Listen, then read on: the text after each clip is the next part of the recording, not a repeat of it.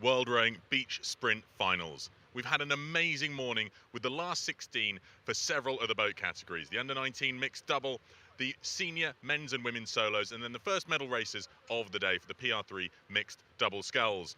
Now, as the day's gone on, the conditions starting to change here. As we look out onto the course, you can see that the wind this morning, which was blowing offshore, has now pivoted around and is blowing onshore. So we're going to have much tougher conditions as the wind really kicks up the waves and creates a lot more surf. We've got loads to look forward to this afternoon as we get into the last 8 or the quarterfinals for several of the boat classes. We've got the under-19 doubles to start with, and then the senior solos to wrap up our day. And we'll be going through the quarterfinals, immediately followed by the semi-finals, immediately followed by the finals. Loads to look forward to. Racing starts in just under 10 minutes.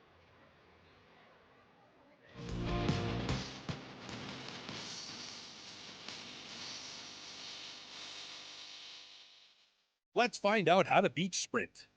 Here's the start. The first thing that happens is the athlete goes sprinting down the beach on the horn or the dropping of the flag from the start umpire. They race down to their boat. This might be the athlete in their single or the coxswain in the quad or the stroke in the double. It's a 250-meter sprint, slaloming on the right-hand side of the first of 3 buoys and then on the left-hand side of the second buoy. Then they make their way up to the hairpin bend at the third buoy, 250 meters down the course. Navigation is crucial here. They spin around that third buoy, having almost a handbrake turn, really technically challenging to make sure they maintain their boat speed as best as possible. And then here's the difficult bit, lining themselves up for the fastest straight line back to the beach. Spatial awareness absolutely critical. Navigating the currents is what sets apart the winning athletes from those who can't quite make it. As they come to the beach, they'll be looking over their shoulders, checking for that dismount point that they want to time perfectly. They'll run up the beach, around their flag, and hit the buzzer on the sand to stop the clock.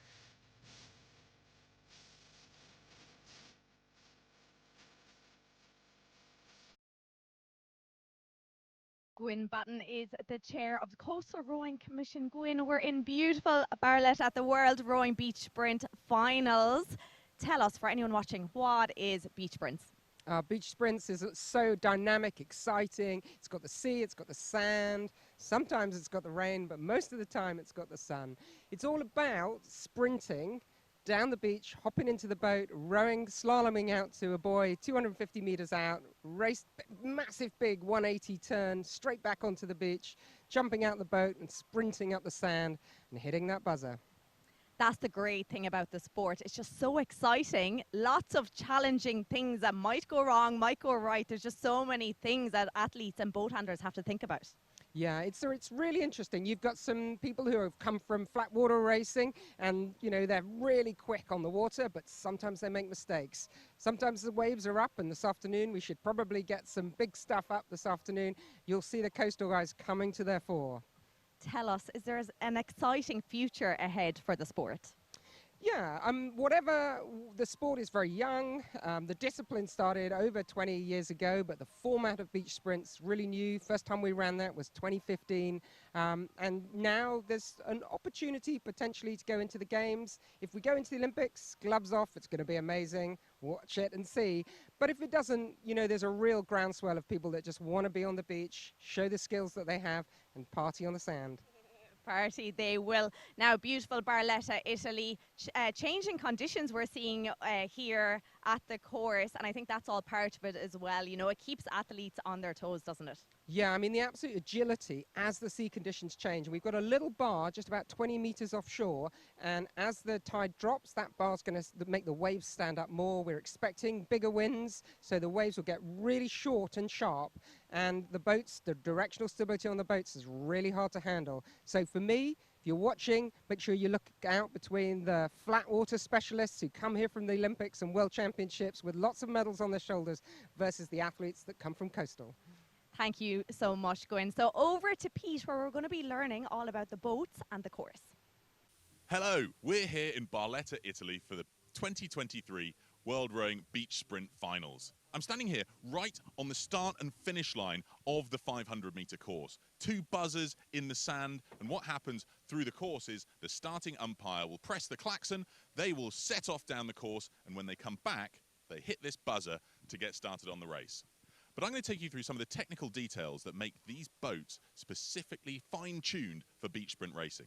We're stood here with a coastal rowing quad. It's 10.5 meters long, and it's about 110 kilos without the ballast, but I'll tell you more about that in a minute.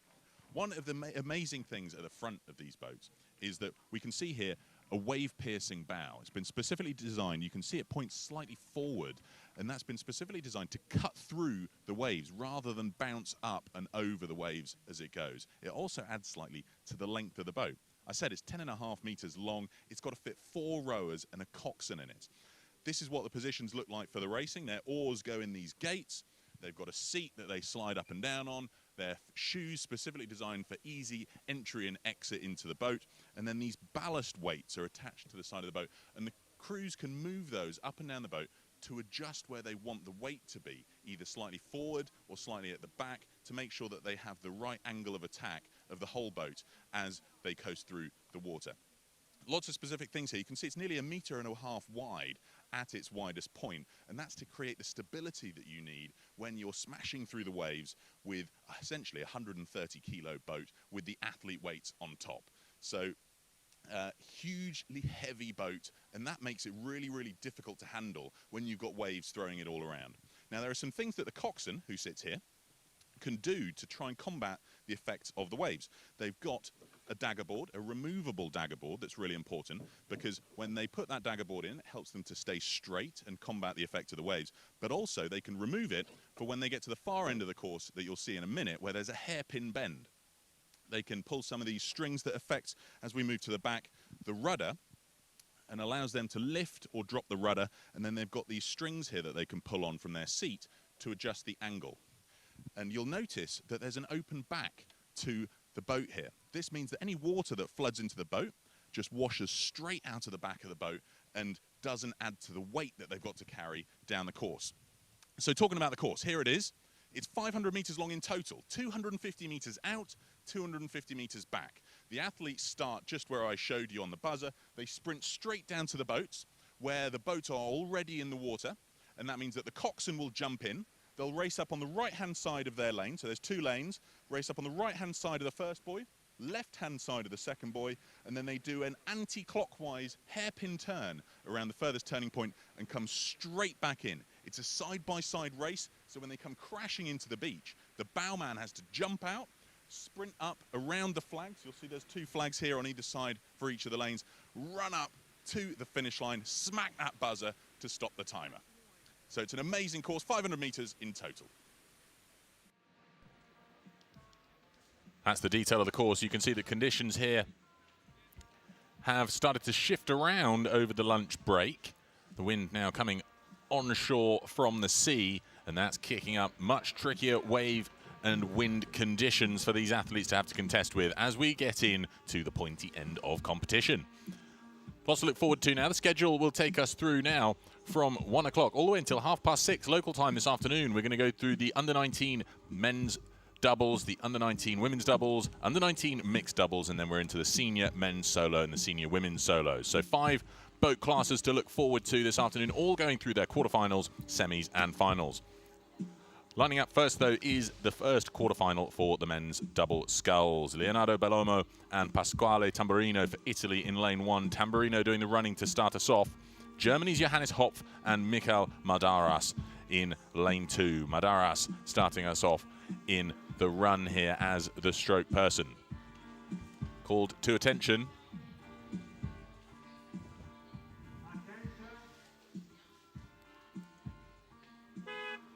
Here we go. We're underway then with Italy and Germany. The Italian fast-moving Tamburino getting down that beach to Bellomo, who will already be in the boat, just waiting for his partner to get in. They reach the boat pretty much at the same time. Tough to determine when to take that first stroke. The Italian fans will be going wild for this young combination, the under-19 men's double from Italy, just 15 and 16 years of age in that boat. They're in the slightly tougher lane here as the waves really have started to pick up now. We're seeing some real breakers on that side. They do have the easier navigation on the return because they can come down in between the buoys, and they almost have their own channel for the return leg. Germany making the best of this start, though. You can just see how much the boat speed checks when they bounce over one of these waves. So we'll see how they handle the boat speed in this outbound leg. Nothing to separate them. The Italians just that little bit quicker through the water, making their boat level, and that's the important thing as they pass the second pencil buoy. Keeping the boat flat is so crucial. That's why these Philippes have a slight front edge rather than a direct decline in the leading edge. You can see there it's a slight corner to it. That allows the front edge to have a bit of a wave piercing effect at the front rather than to push the bows up when they hit a wave. Good aggressive start for the young Italians. They've taken at least a length out of the Germans in the speed of that turn. Germany slightly discoordinated there going around the bend, and they've gone wide and long, so that's cost them a huge amount. You can see the difference now. It's 2.5 lengths or so, and now they've got the challenge of getting this navigation right. What we will see, though, based on some of the previous races, is the Italians could well get bogged down in some of the wave formations we're seeing in that lane. Germany may well be in a position to take advantage of that if they can catch a roller and do a bit of a surf on the way in. So let's see how Italy gets on. You can see their bow just pushing up on the crest of that wave. That will be slowing them down. You can see their boat speed dropping as they reach the crest of that wave. As soon as they get over it, they might get a little bit of a speed benefit coasting down the far side. Now trapped between two waves. Look at the effect it has on their speed. Same thing happening for Germany, but Italy look to have enough of a safety margin out in front as they come up into the beach now. The runner for Italy, Leonardo Bellomo, in the bow seat. He's going to be spinning around, and I think the wind's looking good for Italy. Quite a big margin of safety here. Oh, the boat stops dead. Gives Tamburino a little bit of a ride backwards, but the wind's going to go to Italy's Leonardo Bellomo, securing a place into the semi-finals. So Italy take the win in this first quarter-final of the under-19 men's double sculls. Great race from Germany, though, as we see Johannes Kopf come up to the line to set the best time he possibly can. But it's Italy who'll progress through to the semis.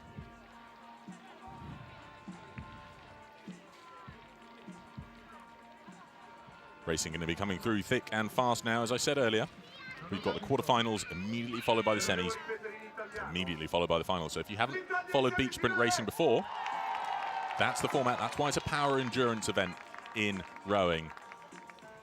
They'll have the quarterfinals, immediately followed by the semis, immediately followed by the finals. So you can essentially do 3 races if you get to the finals within the space of about 45 minutes. So recovery is everything. Now that they've come off the water, the Italians will be looking to get their legs up, drain the lactic, make sure that they're ready for the semi-final, where they'll face either Great Britain or Ireland.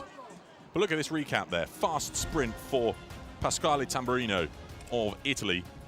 Sets them off for a great start, and they just made the better boat speed through that oncoming set of waves, heading out to the first turning point and the first cigarette buoy. And then they just had an expert rounding of the far turning point. Really close, really tight, and really effective use of them working together like a unit, setting them up for that return leg and that brilliant victory for them. So we'll see them race again in a few moments. First, though, we're going to find out who they're going to be facing in that semi-final. Ireland here, Colm Murphy and Owen Balfe. Murphy doing the running here, so they clearly had a lineup change. He'll be running down into the stroke seat. This is Bear Cochrane in the stroke seat of the Great Britain boat, where he'll be running down to join Benjamin Snoxall.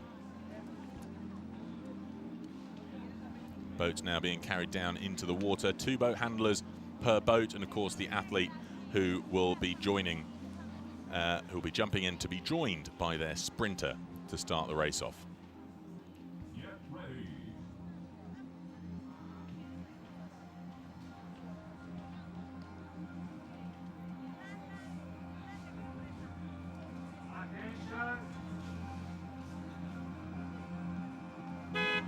Here we go then, we're underway with the second quarterfinal for the under-19 men's double sculls. Rapid start for Bear Cochrane. Quite the athlete here, he gets to the boat first. Ready to go, Benjamin Snoxall in the bows has started to take that first stroke, and let's see who gets out in front. It's pretty level through the first few strokes here as they're getting this boat up to speed. Ireland not getting left behind. They're now starting to settle in. Oh, risky and tight line there by Great Britain. Now, I'm in the commentary box here, and I'm delighted to be joined by Bjorn van den Ende.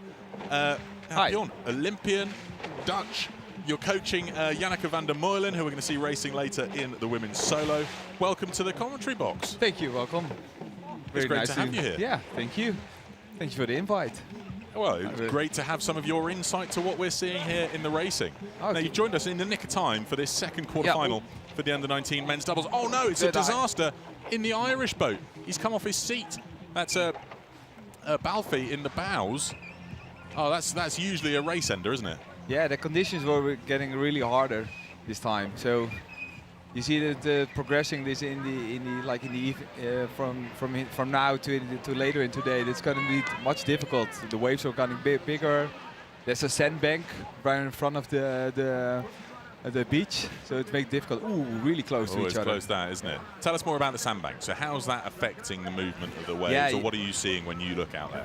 Yeah, especially when you come, when the boat handlers are pushing the rowers away, then the first what they hit is the sandbank. So you get another push, then getting over the sandbank. And also on the way back, the rowers feel the sandbank really early, so they think they're on the beach. So they get out, but they have to move over the sandbank because that's, I think, a little bit faster. Yeah, interesting that, isn't it? Yeah. So we've seen some athletes jump out a little bit early, Yeah. find themselves in much deeper Deeper water water. than they're expecting. Almost swimming. Well, maybe that's something Janneke would benefit from because she's Yeah. so tall. How do you, as a coach, look to use an advantage like that in her height? Yeah, so we also like how we place the boat in the water, how deep. So sometimes it's much easier if the waves are much bigger, then we put the boat much in front of the beach. So you can get that little bit more advantage on the running stage because you're so much faster on your feet. Yeah. As we're looking here at Benjamin Snoxall for Great Britain. He's going to take the win. Shame and I'm sure great disappointment in the Irish camp. That was so frustrating to have a technical like that. These seats there. Somebody's the got to seats. design something Exactly. that just solves Yeah, that problem. stuck on the seat. Yeah. But It's so hard, isn't it? It's really hard. Definitely the waves, and like in rowing, you don't see the waves. You always have to look around where are the waves and when I do hit them. It's coming from behind, yeah. So, well, we know the outcome of this. Great Britain have gotten through, but so when it comes to this coastal training, tell us how are you guys going about that in the Dutch squad? Yeah, we are just in the beginning of everything. We're learning everything. And Janneke is doing it all a couple of years, so that's really nice to have that experience. So she tells also a little bit, because I'm from the flat water rowing, so I don't know a lot about beach rowing, but it's really good. And she tells also okay, the waves and look which lane. Also, like in normal rowing, which lane is maybe a little bit advantage. And this is a really important point. I was just chatting to some of the Italians out there, Yeah. and to Mohamed Tayeb, the Tunisian who just lost out.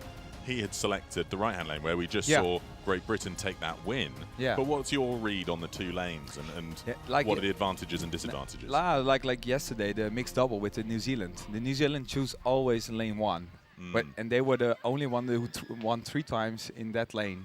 And the other lane was what more countries won, like more different countries, like more diverse. And so, but they always won in the left side. That was really impressive because I thought also that the waves are much bigger there. Right. So that your nose dive in the way back, your nose dives a little bit more in the waves, and you slow a little bit down. So wow, that's really interesting. That was yesterday. So I don't know how it's today. It's gonna be tougher this afternoon. So well, it's a much windier day today. It certainly feels like it. Like coming down to the course this morning, there was quite a lot of wind, but it was going in the opposite direction to it is now. It's pivoted round. But it's pivoting around. Yeah. So I think this afternoon is coming from out of the sea, so directly into the course. That gives you a lot of waves. So that will be really nice. Also, that's the cool thing about beach sprint, like with the waves. Yeah, you got to get into the conditions and really understand what's going out there on the water. Don't you? Definitely. Well, here we go. This is the third of the quarterfinals. We've got Lucas Fausch and Louis Fontanilli for France in lane 1, and then Ukraine's Bohdan Hladchenko and Ihor Mazepa in lane 2. Well, I think they might have swapped around there. So let's see how they get off the start. What's your approach for dealing with this start then? You've got 2 handlers. We see all of the different boat handlers with a slightly different approach to it. Yeah, like for the direction, I prefer doing one boat handler is pushing, because then you can also steer a little bit. If you're dealing with 2, you never get someone the left or the right pushing a little bit harder, so your boat's going out of the direction. But I think one boat handler will push really hard, and you can run a lot here because it's so shallow. You can run a long time with the boat. You can give a real consistent push. And if they have the speed, like Ukraine has got, then you can let them go. But French is coming back. Yeah, it looks like it, doesn't it? This is race on now. And what I've noticed is that there's quite a few of the athletes not going full length in their strokes. So what's the thinking behind that? Yeah, I think also because of in the waves, you want to have your blades in the water. You have to you need some speed to get over the waves. I think with shorter strokes, you can more react on the waves, which you that you can find your stroke in the water. And that's so important. I was talking earlier with one of my other guests about that micro adjustments during the stroke. You see some athletes, they take a stroke, oh, I'm off course. Yeah. So in the next stroke, they correct. But the ones who tend to do really well, they can feel it. They can feel, oh, going off course, so they can correct in that stroke. Yeah, I think and that sort of fast micro adjustment. Yeah, I think that's really important, that you can micros manage like every stroke. It's not like flat rowing, just focus on. You have to need really external focus. So everything is around you, where you're lying. The waves are setting you not in the right direction, so you have to always steer. The Ukrainians seem to have gotten ahead here, and it's interesting to see they're sort of caught between these two waves. And now they're coming up, caught behind, stuck behind that wave. So does this open an opportunity for France? Yeah, so this is nosedive, so it's getting slowing down. This is what you were talking about earlier, right? But now they have a good wave. Here's the sandbank, so it's slowing down a little bit, but I think they have it here. They're moving really fast again. Okay, here they're rowing still rowing on the beach. It looks so slow though, doesn't it? So slow. Yeah. That's the sandbank, and it's the waves. It's the sprint on. I think France are level with them. We just need that zoomed out shot to see who's going to get there first. It's so tight. I think France have just got it. He was so fast. 2:42. Holy moly. That was nice. That's what I love about the beach sprint, that running to the line. And it's so cool that, exactly, the dive to the line, some of the shots you get.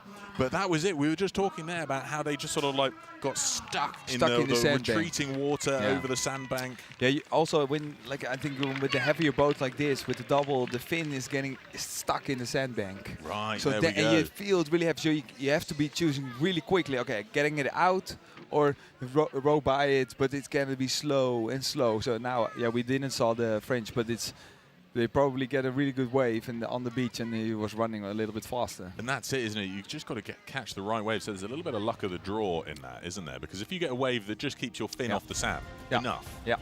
You don't, like, they just almost stop there, and it looks like the retreating water is sort of like holding them still, but you're right, the fin underneath will be dragging. Yeah, but that's also nice about the beach sprint. The outcome is never measured. Like, it's all on the line. Everything is on the line. I was chatting to one of the boat makers earlier who was saying how they've put the smallest fin they have. Okay. So usually they'd be putting a bigger fin on these doubles, but they've got the smallest fin they've got. And I suppose at some point there's going to be conversations about at which point do you not have a fin? Or you just have the boat makers will have to design a micro fin of some sort. Yeah. But we're going to find out who's joining France in that second semi-final. We've now got Manuel Vera Montesinos and Nicolas Nunez Forlani for Spain, alongside Thomas Parry and Lorenzo Diaz-Canseco for Peru. Now, everybody I talk to is just absolutely dumbfounded by the speed of the Spanish start. And I always think, right, the coaches must be watching the Spaniards and thinking, how are they doing this? What is it that they've been drilled into them to get so quick off the start? You as a coach, what are you looking at when you see the Spanish starts? Yeah, it's impressive. Like, it's like they are jumping and on the seat, in the feet, and taking the oars down. Yeah, it's impressive. It's like also you have to not be scared to get in the boat. It's gonna be hurt a little bit, just running, jumping, and also like the boat handlers has to be like here. His seat is all in, and then go. Yeah, straight into the first stroke, aren't they? But look at this. It looks as though Peru have slightly chipped them. Yeah. That was a big push from the boat handler, wasn't it? Yeah, that was really a big push. That you need. Like that big push, like over that sandbank. I must say, I didn't think the Peruvian start looked very pretty, but it seems to have been quite effective because they're level with Spain. Difficult with the buoy. A little bit malot steering. that slows you down a lot. Yeah, they're having to do a lot of corrections there, aren't they? Yeah, the position of the in the first buoy is so important to get your speed going.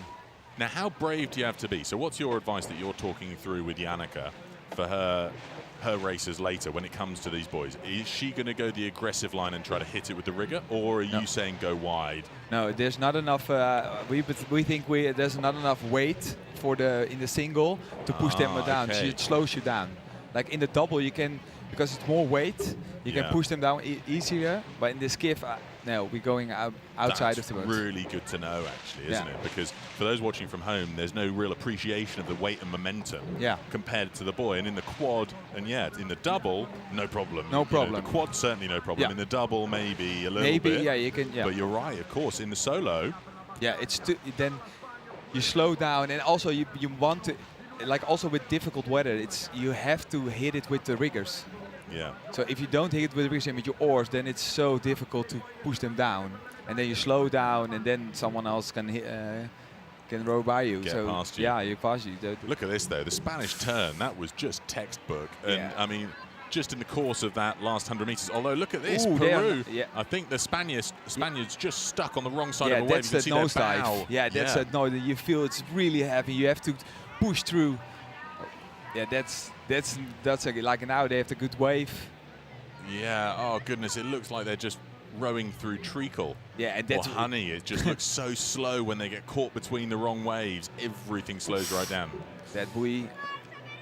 Not ideal. No. Now Peru stuck between these waves. I wonder who's getting the advantage. Do you think they've got an advantage here, Peru? No, I think they're like the Spanish over to get now in the sandbank. So if they push through, and then get out. I think the Spanish They're will trying to faster. row all the way up the beach. It's interesting nice. that they don't get out that little bit earlier. Yeah. That was a nice get out of the boat, really nice.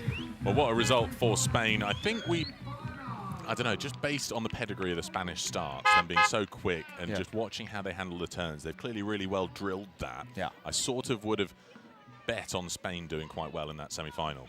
Yeah, definitely, yeah. They've got France coming up next, so we'll see what happens there. Now, when it comes to training for this, so you being a coach, you're from the flat water discipline, an Olympian yourself, how do you train for a beach sprints one weekend? And is Janneke staying on for the coastals next weekend? Definitely. So she's got the endurance next weekend too. So you've got a 500 meter max effort 3 times through the last 8, compared to the 4K and hopefully the 6K when you get to the A finals, and the endurance next week. So what do you do from a coaching perspective? Yeah, I think like the endurance helps you also with the experience of the waves. Like that's the most important. Like that helps you also to read the waves. But like for training, it's also you have to recover really fast. So that's why the long distance is really good, because you also you have like 3 races in like 50 minutes.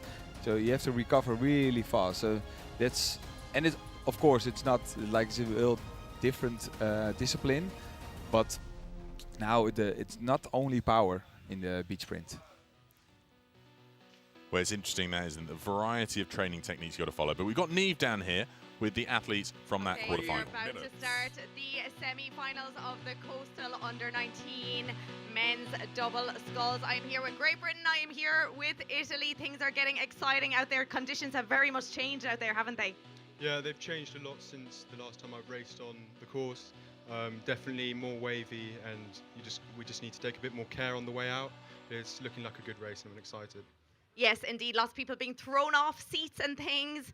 Are you okay with these conditions? Yes, we in the sea we do a lot of train this the last month with condition very bad, so we are trained for this. Great stuff. Well, get to the start line. You're about to go. First semi-final is about to get underway. So great to hear from Great Britain and Italy there. They're the ones racing up next. But it's been an absolute pleasure to be joined here by Bjorn van den Ende in the commentary box. We're looking forward to seeing Janneke van der Meulen racing later on this afternoon in the women's solo. Oh, thank you for having me. Well, Bjorn, thank you for sharing all your insights. It's been an absolute pleasure. Thank We'll you. catch up later. Yeah, good luck.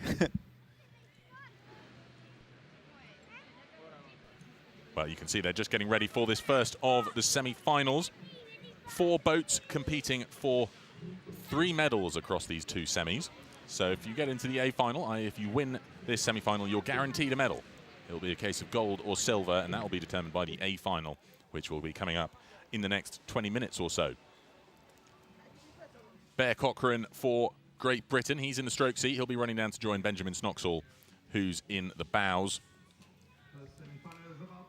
We'll see how things go in this men's double scull category. Bear Cochrane diagnosed with sepsis in June, just before completing final trials. So impressive that he's managed to get through all of those issues and challenges. But he's in the stroke seat because he's got the rhythm. He is a jazz saxophonist. So he'll be setting the pace, and then it'll be Benjamin Snoxall who'll be in the bows, who gets out at the end to do the finishing sprint. The young Italians who we saw just see off Germany in the quarterfinal, just 15 and 16 years of age. So a couple of years younger than the British pair alongside them now. Doing the running for Italy, Pasquale Tamburino.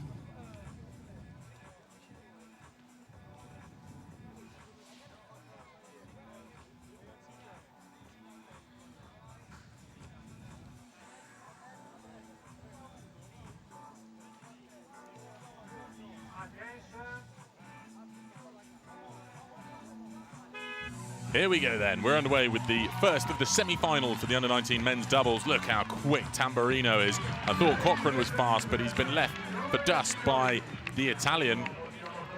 Fast start as well for the Italians, getting the first couple of strokes in. We'll see how they match up alongside Great Britain. Great Britain half a length down already. A few big waves coming through, but the timing of the strokes for the Italians seemed okay in the first one. Second or third waves just washed them down a bit, and that's opened the door for Great Britain to pull up alongside as they come up to the first turning point. Not much separating them now. Great Britain having a little bit of an argument with that pencil boy, and that has meant that Italy have pulled to a length up. You can see that the camera boat was even struggling with some of the waves coming through. They're really starting to come through hard and fast as we get into the afternoon. We were talking earlier about, oh, look at that. Great Britain's bows absolutely nosediving, just absolutely slaughtering their speed. So that is meaning that Italy are starting to run away with it here.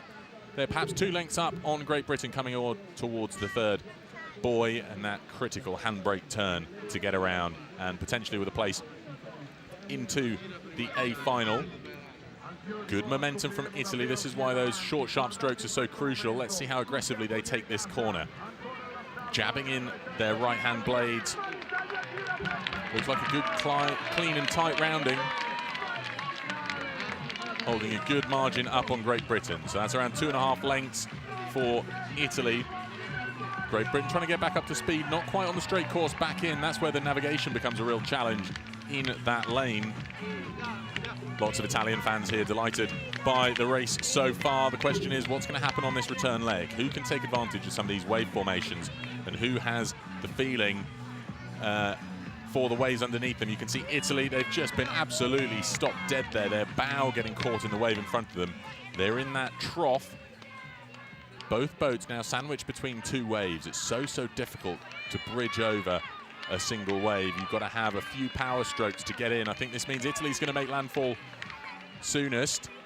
They're heading straight for their boat handlers. The boat handlers will be pleased with this. They come out towards that sandbank Bjorn was telling us about here, so we'll see them start to grind to a halt. The question is going to be, how brave will they be to exit that boat and launch themselves up the beaches? Leonardo Bellomo in the bows. It's a good exit for Bellomo. He's making his way up the beach. The Italian fans going absolutely wild. He's going to secure them a gold or silver medal. That's progress through to the A final for Italy. The local fans absolutely chuffed to bits by that race. That means Great Britain are going to go through to the B final, where they'll have a chance to race for the bronze medal. Italy, though, at least going away from this tournament with a silver medal. A cracking result for the Italians. Luca Brogini going absolutely nuts on the beach there, getting the Italian fans G'd up. That was the first semi-final. The second one will be lining up next, where we're going to see between France and Spain who is going to join Italy in that A final. This is the tricky thing. If this is the first time you've watched beach sprint racing, the loser of this semi-final will go into the B final, which will be the very next race. So not much of a margin for recovery, and it'll be quite a challenge for them to catch their breath and get ready again to go again for their one remaining shot at a medal in the B final. The B final being the bronze medal race. Quick recap here of that fast start for the Italians. Great Britain slightly heavier in the build than the Italians. I think that just meant that they nosedived that little bit more harshly and made it harder for them to keep the boat speed up compared to the Italians. Slightly lighter weight, skimming over the top, certainly on the return leg.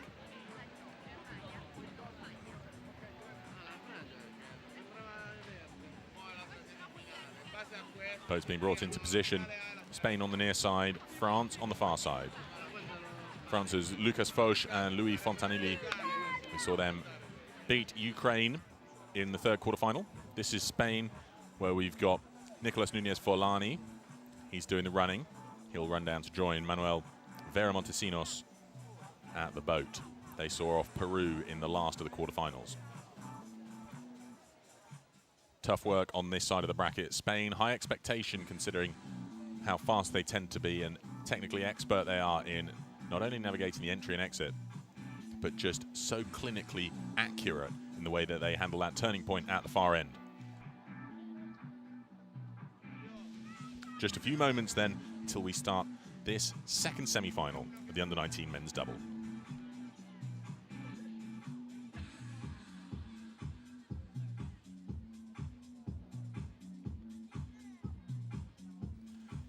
These tense moments, they'll be thinking through their strategy for handling the race, and with the conditions getting that much harsher as the day goes on,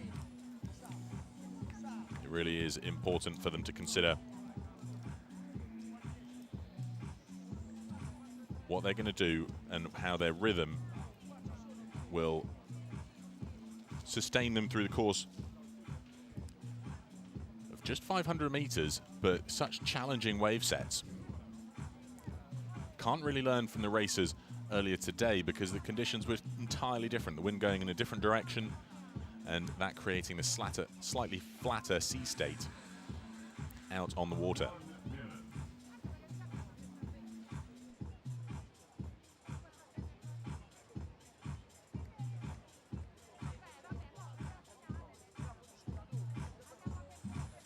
All the fans will be here. They dispersed for lunch. They're all back. They now know that Italy are in chance for a gold medal when we'll find the A final in just 2 races' time. Boats now going down to the water. France on the near side, Spain on the far side.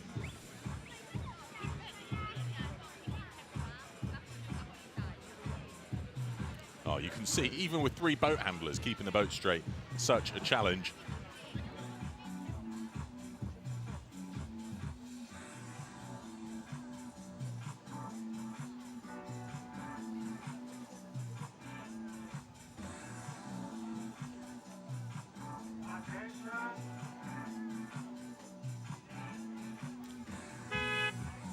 Here we go then, France, Spain, racing for the chance to be in the A final and certainty of a medal. They'll have at least one more race today. The question is, will they be in the B or A final in what is available to them, a gold and silver or a bronze?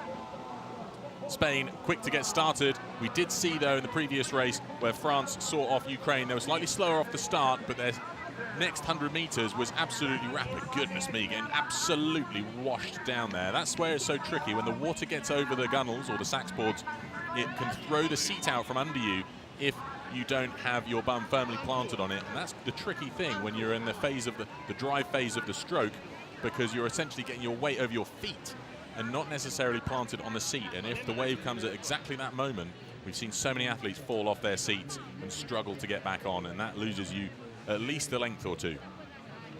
Not much separating them at the moment though, passing the second pencil buoy. I think we see France taking the more aggressive line, not scared whatsoever of clattering down that pencil buoy. Bjorn was telling us a moment ago how important it is to have the momentum, and if you're a slightly heavier crew, you can trust that you've got the momentum and the strength to push that buoy down. Not so easy when you're in the solo, which we'll watch this afternoon. coaches advising their athletes to steer clear of those buoys and not risk a tangle. Here we go, Spain and France. Who's going to take that buoy slightly tighter? France a little bit wider, but that's meant that they've not got their blade tangled in it quite in the same way that Spain did just then. So we've got a real race on our hands. Not much separating them at all. Goodness me, look at that. Spain getting absolutely buried in their bow, but now they've got their stern up on a wave. I think France are going to feel that same wave in just a moment. All to play for here. France and Spain coming back into the beach. Oh, it's a challenging one there. Spain trying to, feeling their stern lift up on that wave and push them round.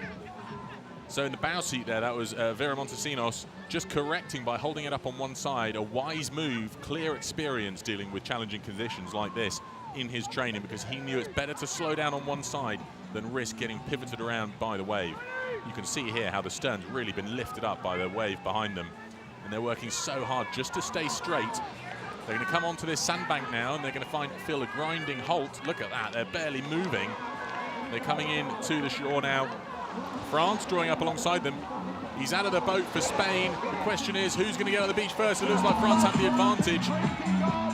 France, I think, are going to take the win here just in that last 50 meters.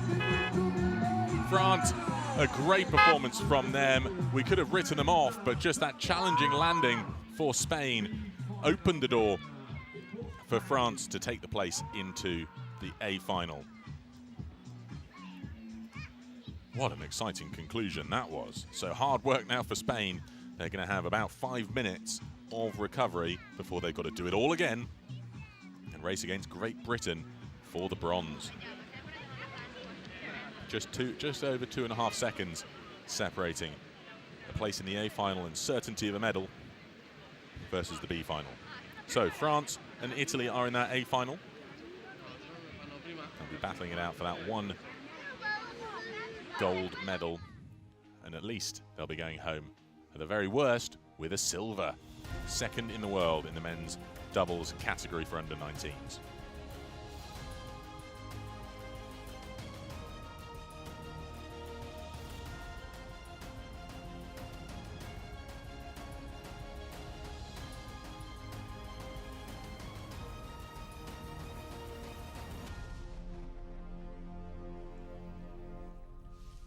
Oh, great to see here the French exit.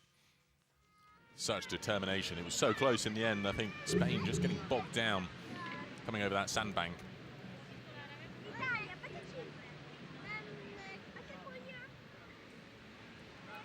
We wait now then for the B final. Benjamin Snoxall, Bear Cochrane for Great Britain against Manuel Vera Montesinos and Nicolas Nunez Folani of Spain.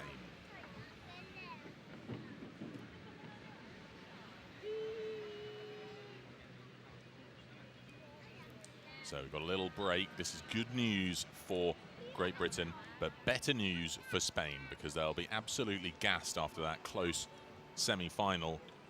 They'll need all the time that they can get for recovery. You can see how important it is here, draining the boat of any water from the previous race. They don't want to be carrying any extra weight whatsoever. Packed grandstand here in Barletta.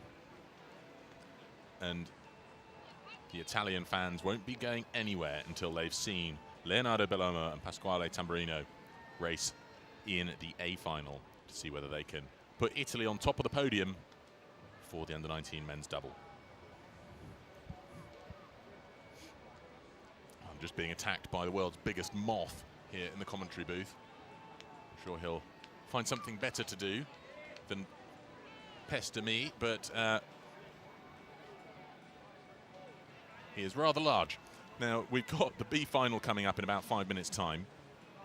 And it's going to be interesting to find out when I get my next guest in. Hopefully we'll have an interview with one of the athletes in short order. Neve Hayes, Luca Bragini down there, our race commentators, looking to get the latest insight from the thinking of these athletes out there on the water. The conditions changing so rapidly. It's lovely to be able to hear from them directly what it feels like to be out there and how it changes or compares to the previous rounds that they've been through, not just today, but through the course of the last 16 or the pre-quarterfinals, as well as the time trials that they've been doing.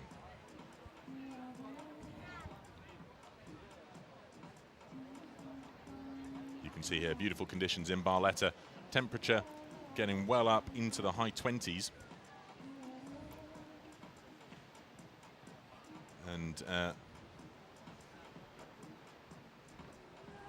26 degrees right now with a nice offshore breeze. So the athletes racing this afternoon, I'm sure, are going to be keeping themselves in the shade, conserving all their energy for their what's called the last 8. Last 8 refers to the fact that there's only 8 still in the competition when it gets to the quarterfinals.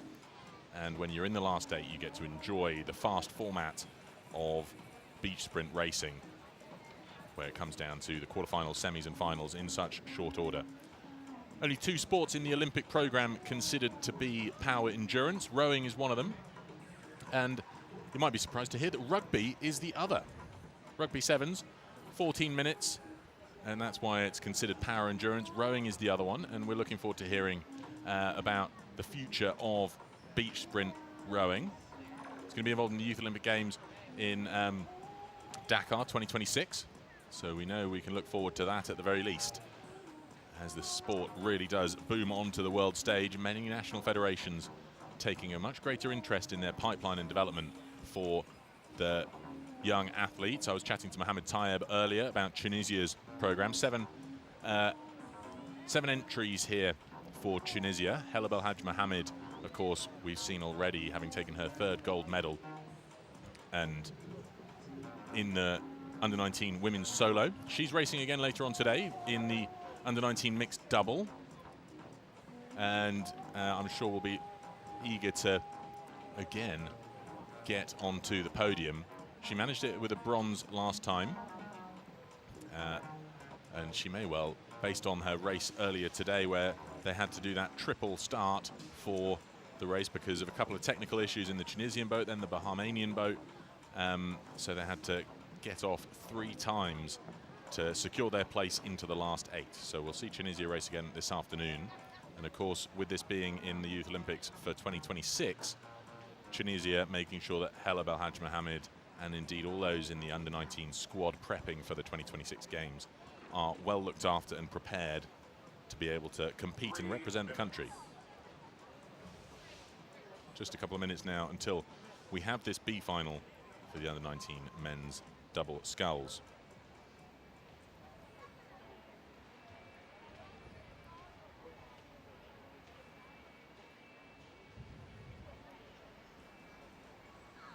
Slightly challenging conditions. You can just so clearly see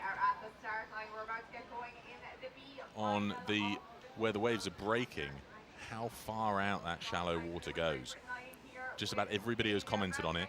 It's either an advantage where you've got your boat handlers able to run an extra few meters to give you extra shove off the beach, but also that much more challenging when it comes into landing, because the suck that is created underneath the boat just draws all the speed out.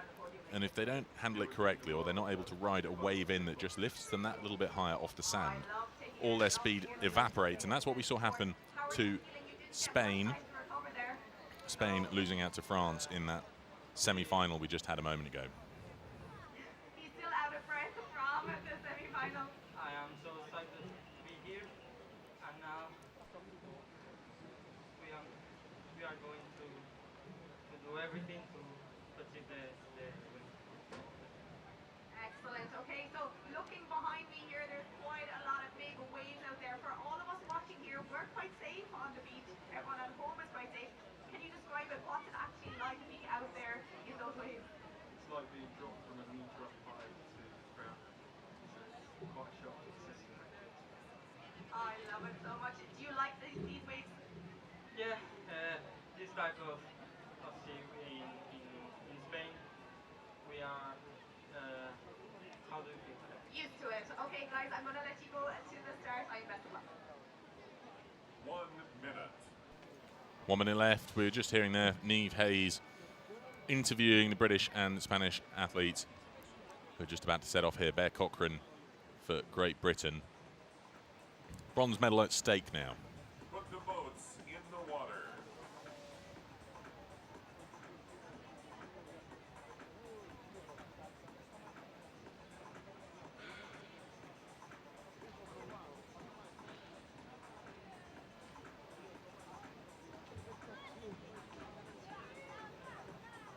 Last couple of moments they'll be called to attention.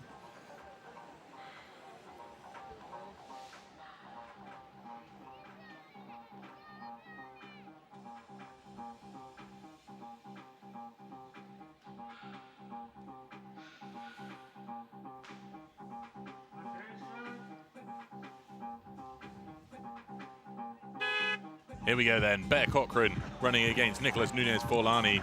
Forlani so quick down the sand. Bear Cochran no slouch either. Let's see who handles the entry best. I think the Spaniard got in just that little bit quicker. We'll wait for a moment and just see who gets off to the fastest start. Oh, Spain struggling with the seat there in the stroke. Now underway, that's cost them a length as we see Great Britain making great guns towards the first buoy. Looking over his shoulder, Benjamin Snoxall, making sure that they're on course and the fastest, tightest line they can possibly afford to make. They've got about a length and a half up on Spain, coming up towards the second turning point. Spain, a fast couple of athletes here, slightly smaller in stature than the British, and you can see that that's just buffeted them around there. They're going to have to make a big correction to try and come back on the racing line. No such trouble in the British boat. They're on course for the fastest and most direct line. A slight surprise there for Cochran. Blades hitting the turning buoy, but it hasn't slowed them down too dramatically. They're up to at least 3 lengths over Spain now, coming towards the far turning point. It's going to be hard work for Spain to close down this gap. Great Britain need to have a clean rounding here if they want to have a safe return, but it can all still change so quickly depending on the wave formations that they've got to deal with towards the end. Lots of support from the handlers on the beach. Here comes Spain up to the turning point. Great Britain already making their way round. So a good start for Spain, but a good start for Great Britain, but Spain are known for having very fast turns. You can see, look at this. Apart from the little tanglement of the blades, they were around so quickly. That could have closed the margin slightly, and everything can change based on this return leg. Great Britain's stern getting lifted there. That's going to give them a speed boost. As long as they can keep it straight. You can see their speed absolutely skyrocketing now. They're 4.5 lengths up on Spain coming into the last 100 meters of the return leg. Keeping straight is going to be the really challenging thing here. You can see they're having to make a few corrections in the British boat. Blades all over the place here. Snoxall just managing to get his blade control back. You can see that the wave that they were riding pivoted their stern round.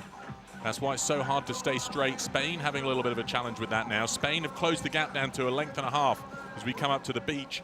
Let's see how Great Britain's landing goes. Spain so close now, they've drawn up to under a length, it looks like. Slightly harder landing conditions on the Spanish lane, but they've managed to make up the margin. Here goes Snoxall, he's into the water, he's getting up, and I think Great Britain are going to do it. It's been an amazing race for them. A challenging return leg, but I think Great Britain have got the bronze medal sewn up now. Benjamin Snoxall for Great Britain, closing out the win just ahead of Vera Montesinos of Spain. He'll be pleased with that. Snoxall and Cochran, bronze medalists here in the under-19 men's double sculls.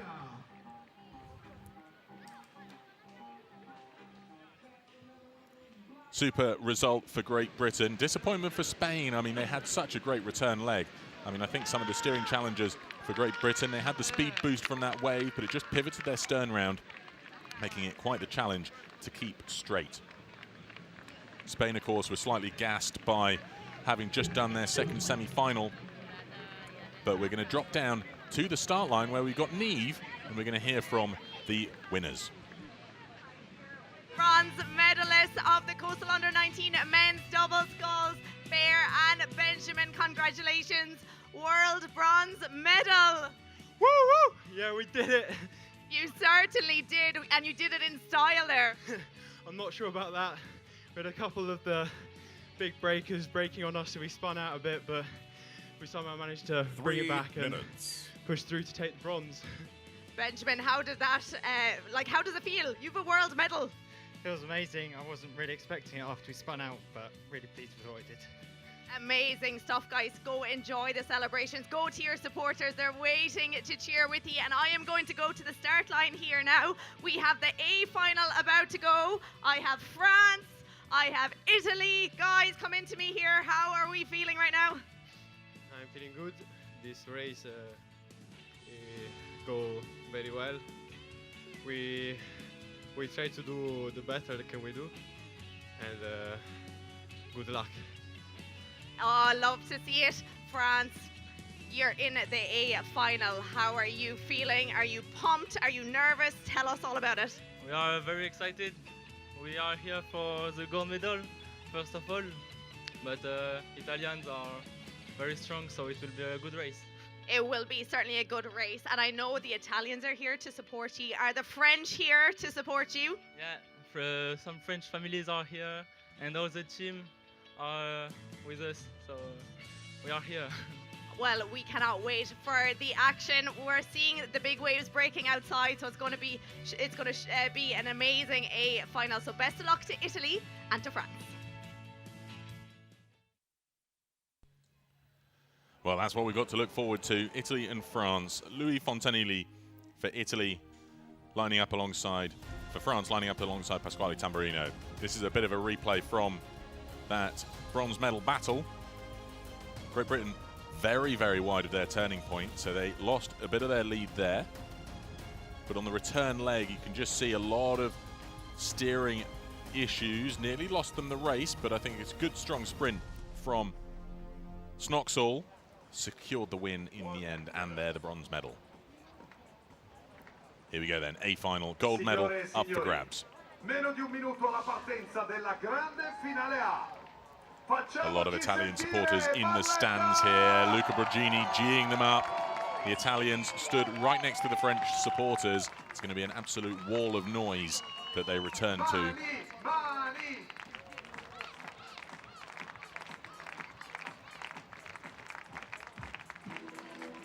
So cool to see the grandstands absolutely jam-packed. Standing room only down on the beach edge.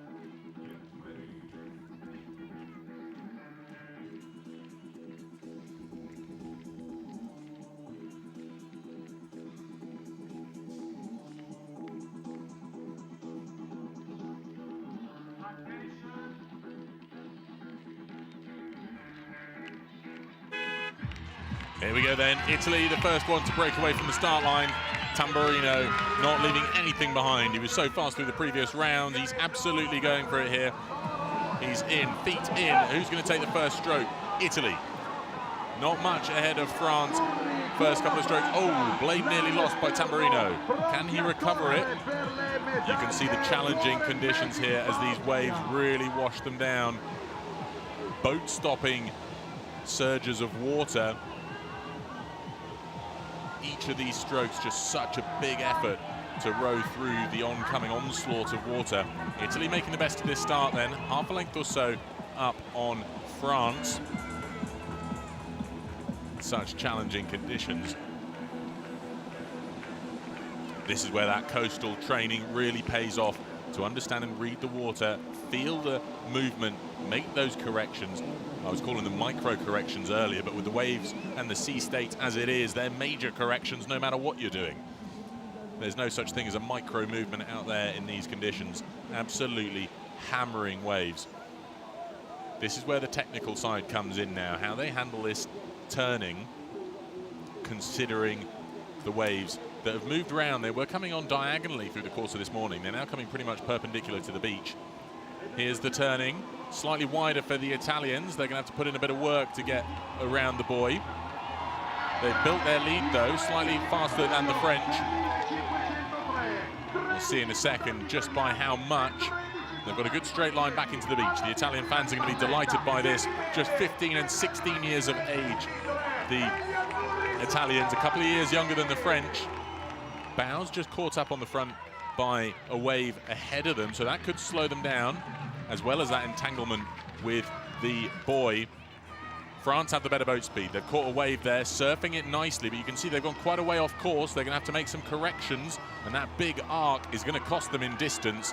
They may not have realized just how far off course they are, and that will either mean they have to row further to get back closer or run all the way along the beach. Sometimes we've seen athletes on the wrong side of the crowds and have to run through people if they make the landfall on the wrong side of the group. A good margin for Italy. The local fans are going to be delighted to see this. They should be on for the win as long as they can make this clean landing and not get caught up in the sandbank. Here comes Leonardo Bellomo for Italy. The grandstands are going absolutely nuts for the Italian win. He's going to take the gold medal for Italy. There's the win, 244.41. Our Italian commentator Luca Brogini going absolutely nuts, as are the crowd. They're delighted with that result for Italy. France, though, they have a medal. They'll be going home with the silver.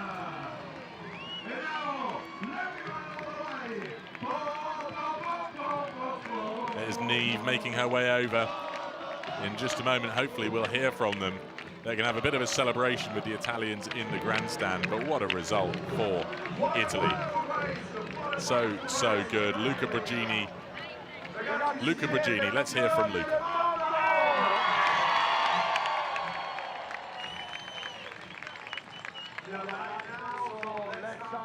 Question.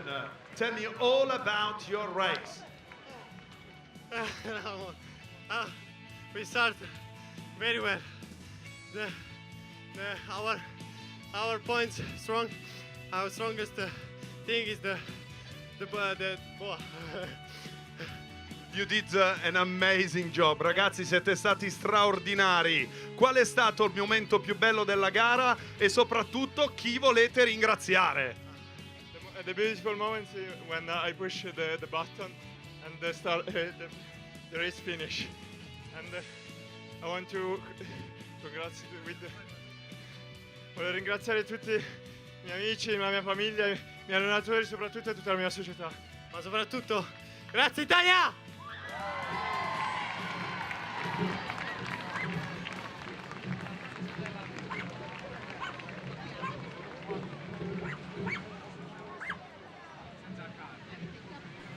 So good to hear from the winners there. France taking the gold medal, and we'll look forward to that victory ceremony later on this afternoon. Italy taking the gold medal, France the silver medal. Fans in the grandstand delighted by that performance, and will enjoy their celebrations before we get into the next race. There's about an 8-minute wait now as we allow the boats to shift around and get set up for the next category, which is the under-19 women's double sculls. But while we look forward to that, I'm delighted to be joined by my good friend here, Ali Hassan from Egypt. Ali, how are you? Peter, thank you for having me. Great to see you. Great to see you again. Now, I've really enjoyed watching Egypt racing through the course of this week. Tell me, how's it been for the squad? Yeah, we literally started from the bottom, and now we medaled this World Championship.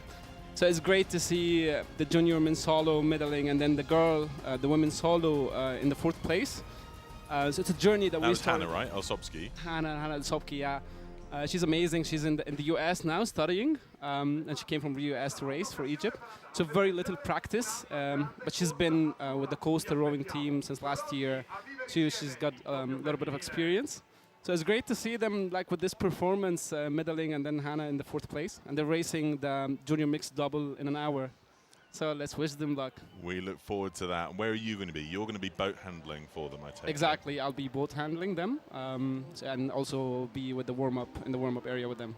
That's so cool. So talk me through that first bit. So the warm-up. What do you guys do to get limbered up and warmed up?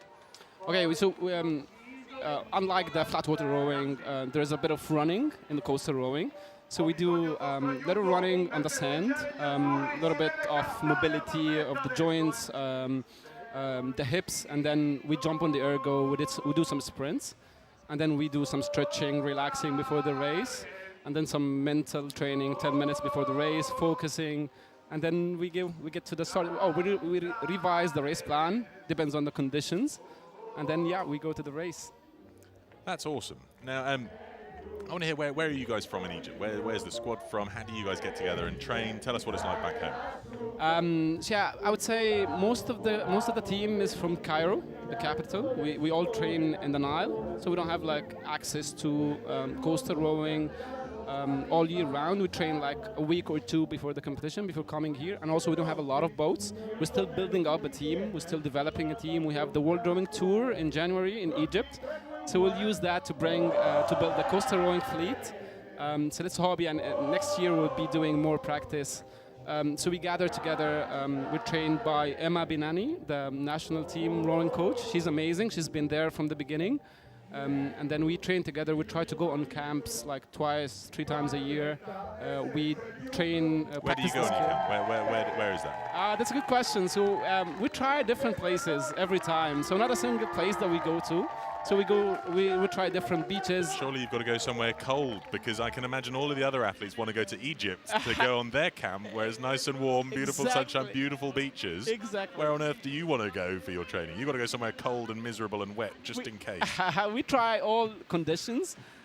So this year we tried in New Alamein city. So it's a new city that's being built in Egypt, and it has very nice beaches, very nice water. And we tried the beaches there. It was a very successful competition. And then last year we were in Elgona, which is a different city next to Hurghada. It's a very familiar city, Hurghada. So each year we're trying different cities to practice different beaches, different sand, and different waves. You know what I mean? That's the important thing, isn't it? I mean, understanding the wave formations. How much time do you guys spend in learning and training that versus the fitness and the strength side of things? Yeah, that's a good question. So we try to balance between practicing the skills, learning the skills. For example, the fast entry to the boat and then the exit depends on the swell of the shore. So we try to practice different ways of the exit. So for example, in the junior mixed double, the guy in the stroke seat will do the entry and the exit. So we try different things, you know. I said the strategy live now, so now everyone knows the strategy of our team. So we try to practice the skills, and then at the same time we try to keep the fitness by training on the ergo and going out on the water for the sessions, sprints, and sometimes long sessions to keep the endurance as well. So good to hear. And just while we're getting ready, the next race is about to start in just a few moments' time. So we've got our race commentators down there on the start line who's going to have a little bit of a chat with those that are starting us off. Get going with the first of the quarterfinals of the under-19 women's double sculls. I am joined by the first competitors. We have Great Britain and Cyprus. So I'm joined by Leah Saunders. Leah, you're well used to Italian waters at this stage. You won the Coupe de la Jeunesse Beach Sprints last weekend. Yeah. Me and my doubles partner competed last weekend and we got the gold. So does that give you good confidence now going into this quarterfinal? Yes, so the conditions at Coupe were quite wavy, and we're seeing as the afternoon comes in, the waves are getting bigger, so hopefully we'll be able to handle the conditions and it'll help. Great stuff. And of course, we have lots of new nations and countries joining us at this World Rowing Beach Sprint Finals. One of those is Cyprus. Mirka, you're here as well. You're about to get going into the quarterfinal. What does it mean to be here representing Cyprus? It was amazing. It is amazing experience, and I'm very excited about it. So, is it quite new to Cyprus, this sport? Yeah, it's the first time we are here. Excellent. So 1 minute. Tell me, actually, we have to go to the start line. So, best of luck to Great Britain and to Cyprus. First quarterfinal about to get going. Well, they're getting ready to go now in this first of the quarterfinals. Great Britain's Summer Harlow, she's down there at the water's edge. She was 4th place at the Europeans last year. So a new combination now joined by Leah Saunders, who'll be doing the first run. She switched from river to coastal at the very end of the rowing season. Now got to learn how to row on the sea in just 2 days before this event and before the final selection trials earlier on this summer. So she's certainly done well. She's now here representing Great Britain alongside Katerina Cantuna for Cyprus, who'll be running in to join Mirka Marini.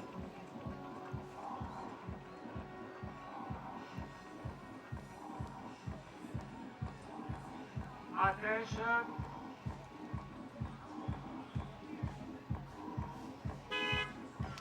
Here we go then, we're underway with this first of the quarterfinals. Now, Ali, what are you looking at when you watch athletes making this boat entry? How do you guys train for that? It's so tricky. Ooh, a little bit of a turbulent entry for Cyprus there.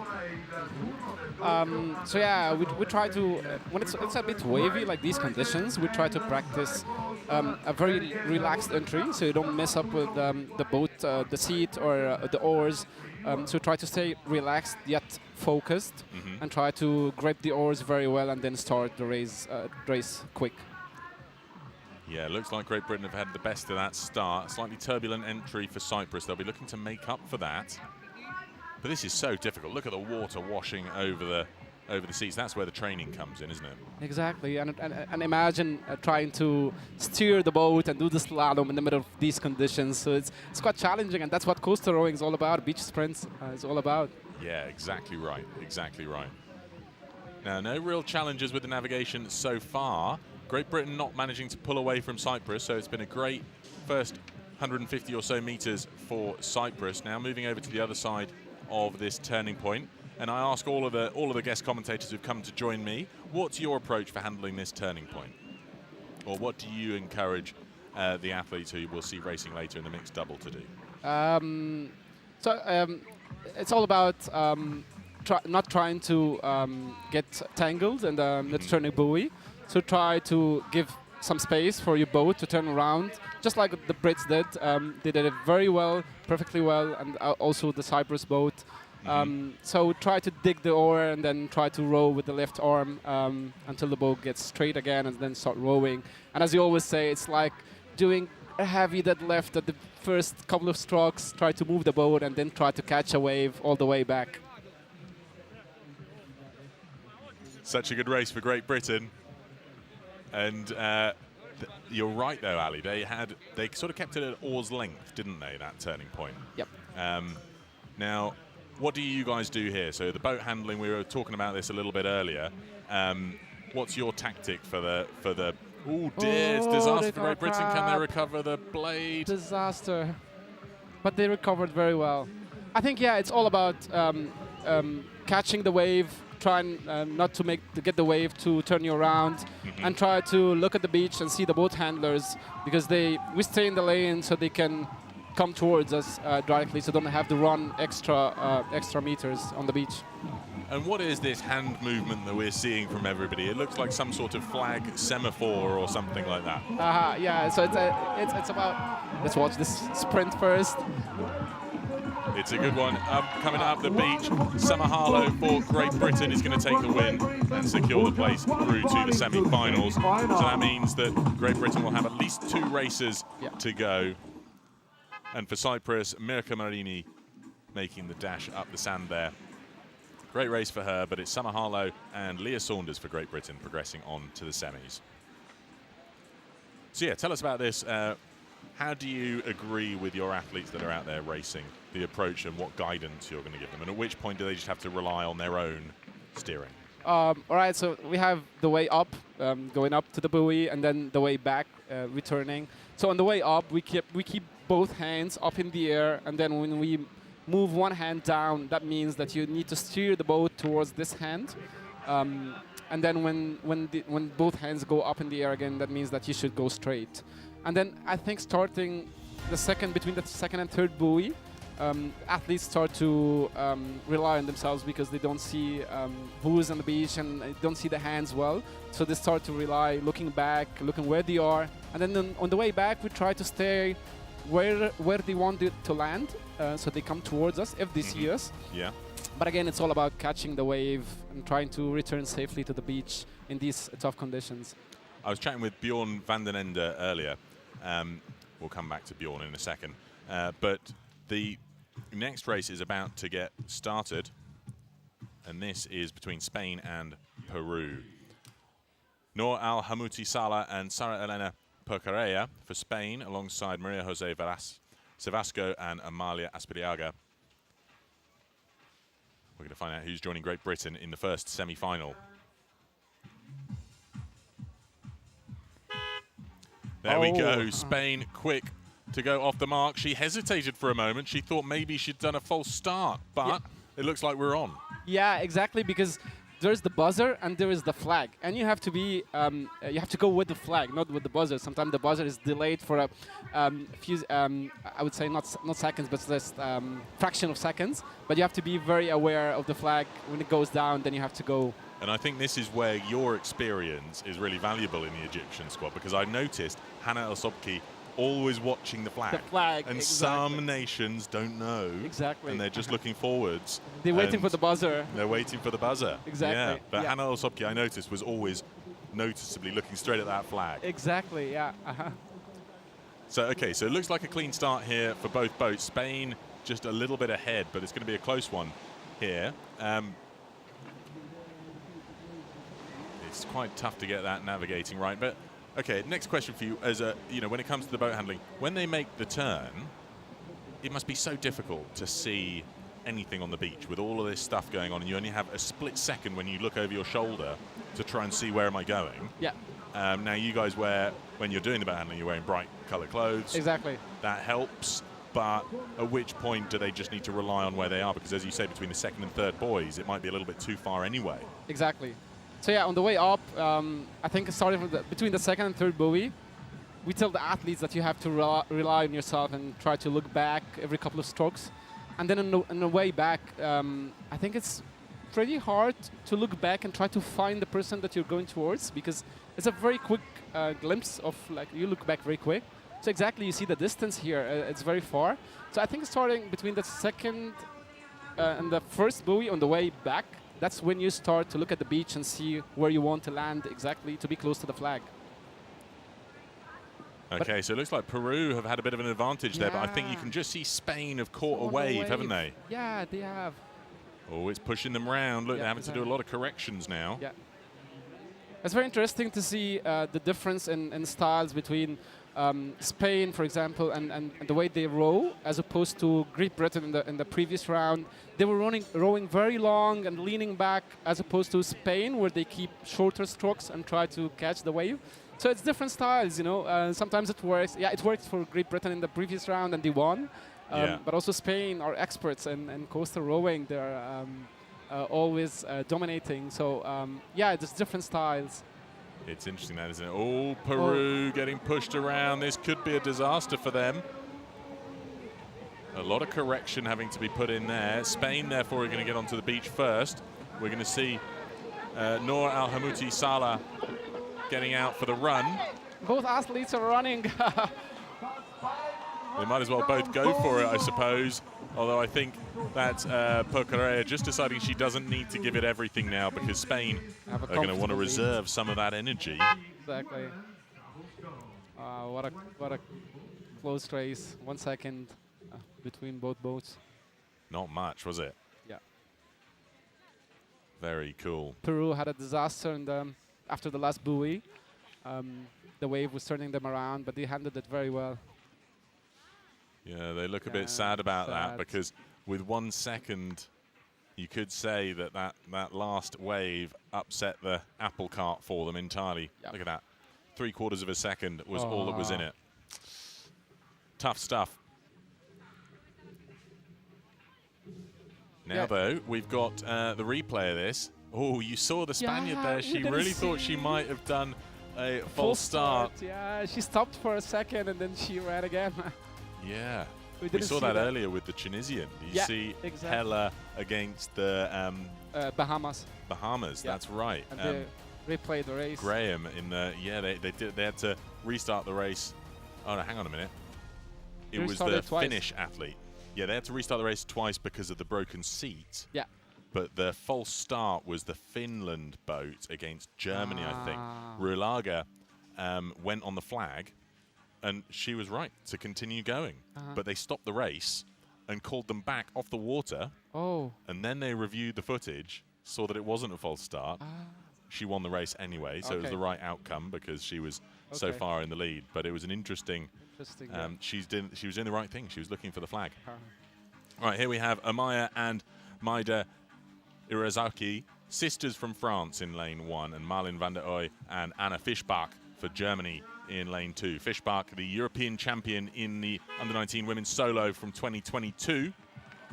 Up alongside France, 16-year-old sisters from France. So the French athlete a little bit quicker getting down there. What do you think of the sand here to run on? Well, so two things. I would say the position of the boat. So some boat handlers prefer to position the boat a little bit inside the water. So it's a longer run for the athlete, but they get an early start, like the boat is ahead of the other boat. Some boat handlers prefer to keep it close to the shore so the athlete doesn't have to run in the water. Oh, a disaster Well, it looked for like Germany. a bit of a challenging few strokes there for Germany. They've dropped right back now, 2.5 lengths or so down on France.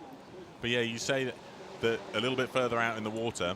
Yep. And you're faster on your feet, aren't you? So you can run faster than you can row. So there's an argument to say if you've got long legs, maybe. Exactly, but sometimes it's a bit when it's inside the water. Sometimes it's a bit tricky to get inside the boat because the waves are moving the boat. So it depends on the strategy of the boat handlers and how they are, agreeing with athletes on what strategy to use. Speaking of which is the hardest bit about being a boat handler? Well, to remain focused, I would say, because sometimes, most of the times you're handling the athlete of your country, and you're so excited for them, and you want them to run faster, but at the same time, you don't want to forget your job. You got to do it correctly and do it efficiently. So you want to give them the oar in their hands. For us, we give the oar square, not feathered.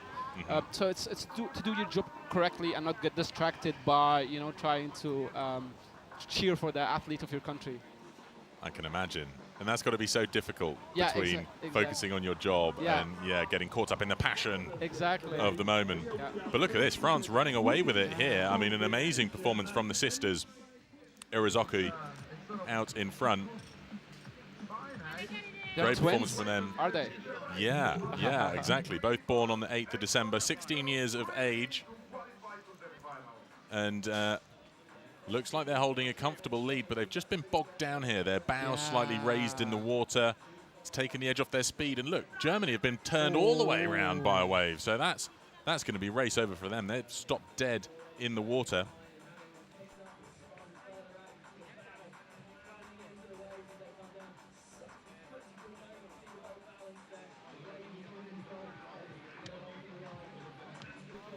Here come France making landfall. We'll see how they handle this beach landing. I think it's a certain victory for them. Amaya Irazoki making her way up the beach to lock in the win for France and progress through to the semi-finals. It's a bit challenging in the quarterfinals because you always want to record the faster time so you can choose the lane. Some nations prefer to race in a certain lane. So yeah, it's always the pressure of having to set a fast time. So let's talk about the lanes then.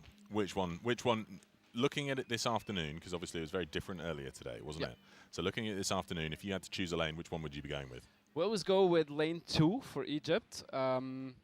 Not because of any advantage or any preference, but from the beginning, the first day of the time trials, we got used to it because we did the time trials and the second round of time trials. So we're used to doing the slalom on that lane. So we always go with lane 2 if we have the faster time.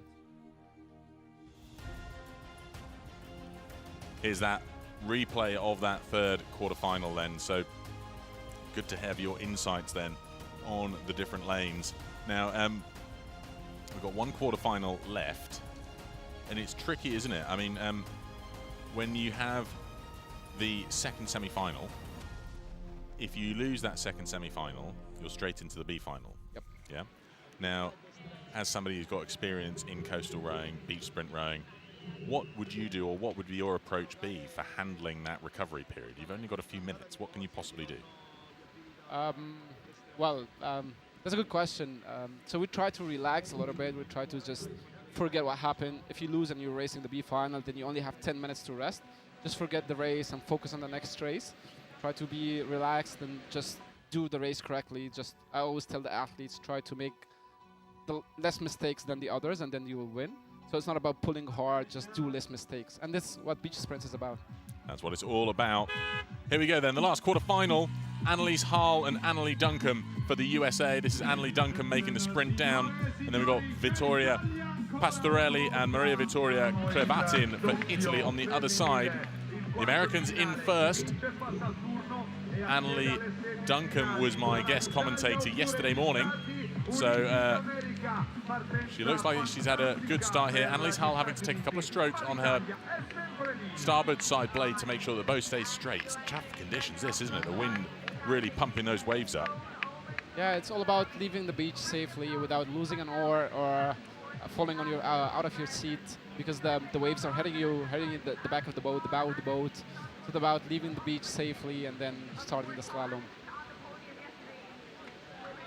But the Italians going up and down. It's tough this, isn't it? It's I mean, very tough. Look at this they're wave. struggling to stay straight, aren't they? Each wave that comes on is just buffeting them. It's just struggling back there. Yeah, look at that. It's meant that the Americans can really run away with this race now. Yep. Here we go, coming out to the turning point. I think the Italians will have a little bit too much work to do to try and get back into contention, but we've seen it all turn around. I mean, this isn't the biggest margin that we've seen get lost through the course of a race, right? But you never know what happens on the way back. Yeah, exactly. So that's why, that's a wide turn from the US. It is, isn't it? Yeah. Overshot slightly. Better safe than, catching the buoy. Yeah. And I think Annalise won yesterday in the singles. She won silver medal. Yeah, she did. Yeah, she did. Yeah, she was in the right. final against Hella from Tunisia. Yeah. So she's already a world silver medalist, and she'll be looking to get on the podium with her good friend Annalie Duncombe now. But to get there, they've got to get into the semi-final first. Ooh, ooh, ooh, ooh, look, we've got the wave pushing their stern round. They're pulling everything round on their starboard side blade. Risky strategy to not be holding it up on the other side. Look at that, their lead's just been cut in half. Yeah, exactly. That's what we were talking about. You never know what's going to happen on the way back. Yeah, and look at this, now the wave's going to push them in the opposite direction.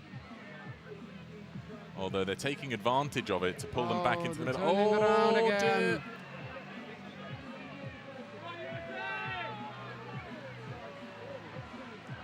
And Italy. Oh, they crashed. It's a crash. And we'll see. They're on either side of the lane now. I think the USA having to correct and push themselves. They're going to be all over the place when they come onto the land now. Oh, the Italians. The Italians. Goodness me, the Italians now struggling. The waves pushing them over. And look at the boat handlers. Oh, no. We could see a capsize here, but I think that the boat handler's just giving a bit of help. Annalise Hall now out making her way up the beach. What do you think the jury decision is going to be? Well, that's the killer question, isn't it, Ali? This is what happens in beach sprint racing. We'll see what the verdict turns into, because that was a really challenging set of waves pushing the US across into the Italians' lane. At least there's some awesome sportsmanship here and no hard feelings. Yeah, love that. That is good, isn't it? Yeah, exactly. That's what you like to see in any sport. They'll have to, I think, wait to hear what the jury is going to do. We saw both the flags, the white and red, are still on the beach. We'll see now, because they interrupted the race, right? We're waiting to hear from the umpires. What we heard from Luca Brogini, so we'll wait to hear that official result. Goodness me, it's tough to know what to do in that sort of circumstance.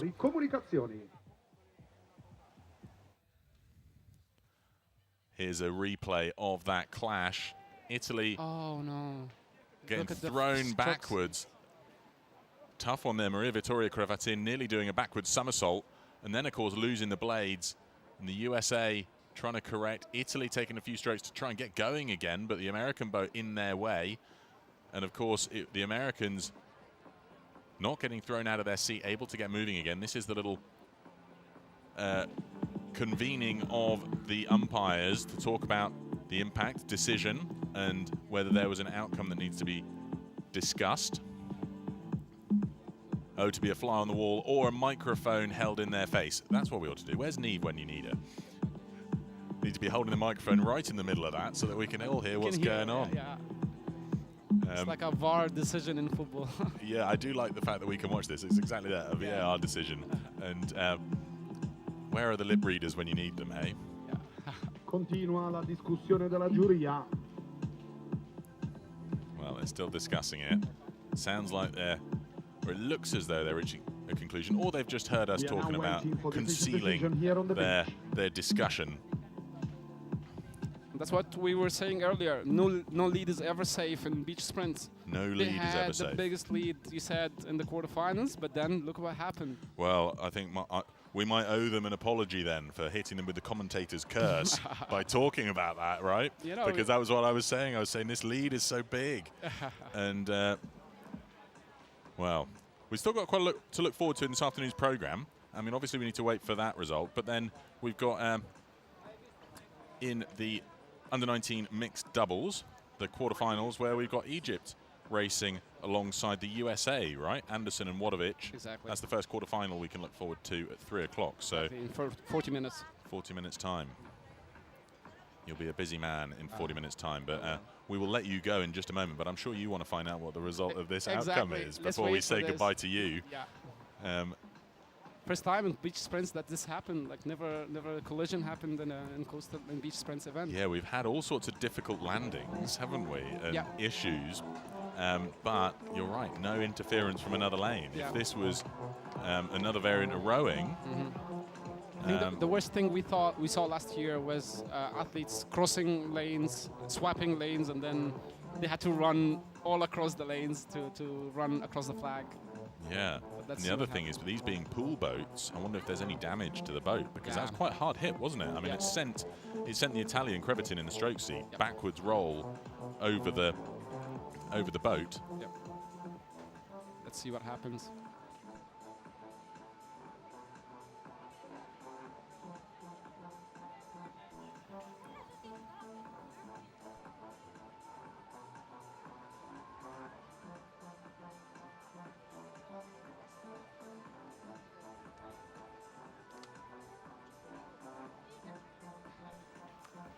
So I'm sure they'll be checking over those boats in close order to make sure that they're still in good nick.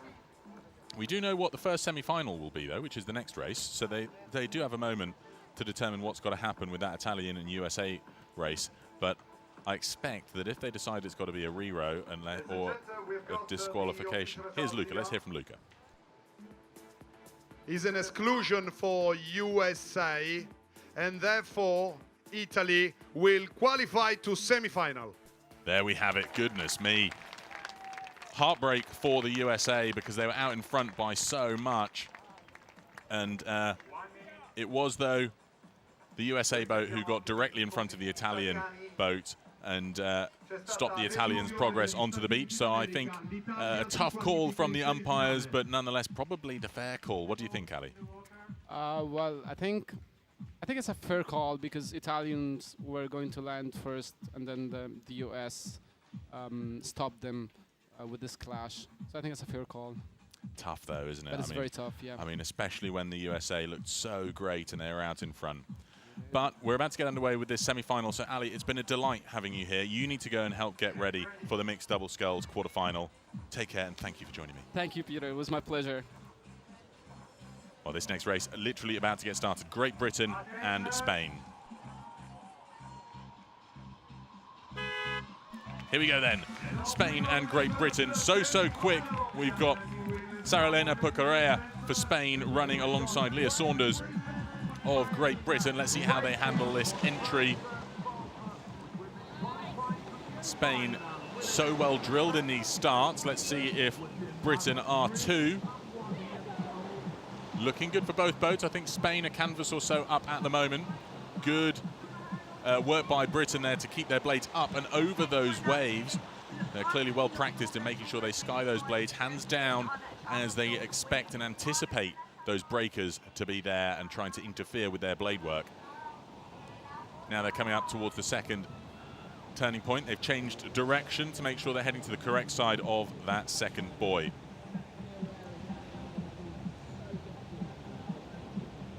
Both boats now level, coming up towards the second turning point. Critical, this semi-final. Certainty of a medal to the victor. Oh, so close. Very, very brave angle of attack there by Great Britain. They nearly missed that buoy, and that would have added a 30-second penalty and essentially race over for them. But they just keep to the correct side of it. So they're now out in front, half a length up on Spain, coming up towards the third and last turning point. We'll see how they handle this pivot around the buoys. Summer Harlow in the bows, fourth at the Europeans last year in the solo. And she's going great guns here with Leah Saunders, who's just switched over from river rowing earlier on this summer. So that means we've got the experience from Harlow, strength coming in from the endurance programs that you typically find on the river rowing variant of rowing.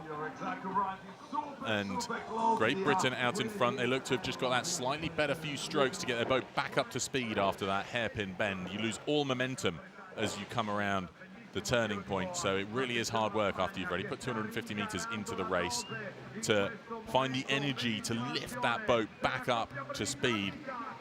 So tricky. Oh, it looks like a boat stopping crab for Great Britain.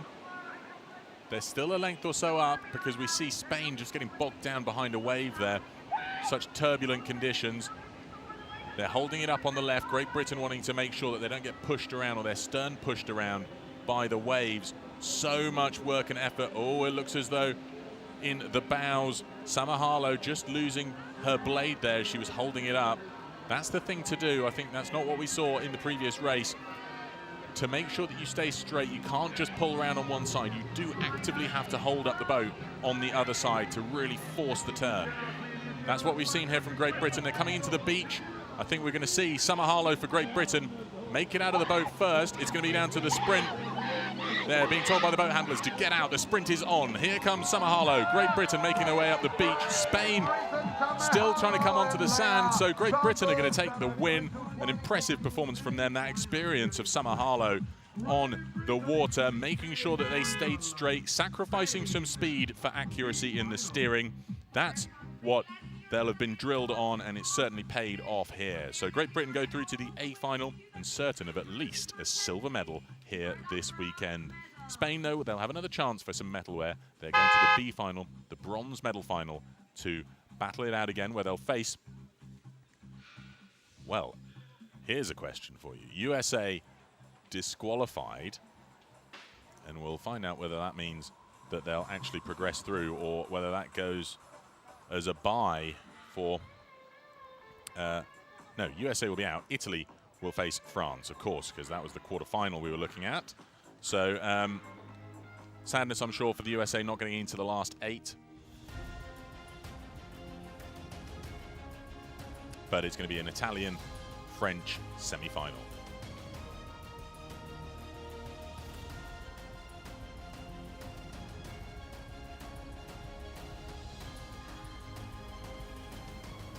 So the next race we'll have in just a couple of moments, just allowing the athletes to get themselves ready. France against Italy.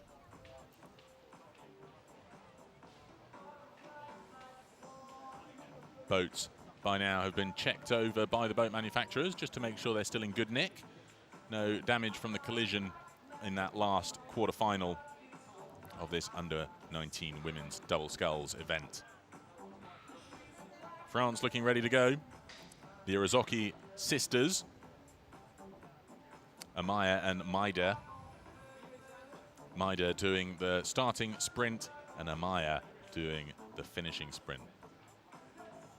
We then got Italy's Vittoria Pastorelli and Maria Vittoria Crevatin. Their boat not yet in position.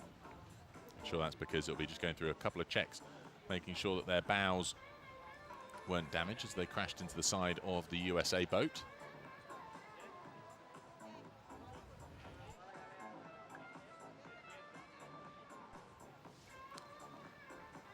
Beautiful scenes here. Italy still in with a chance of getting in to that A final and certainty of a medal.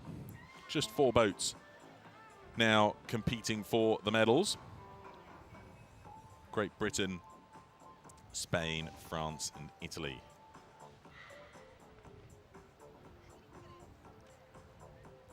Lovely weather here in Barletta, Italy. 26 degrees this afternoon.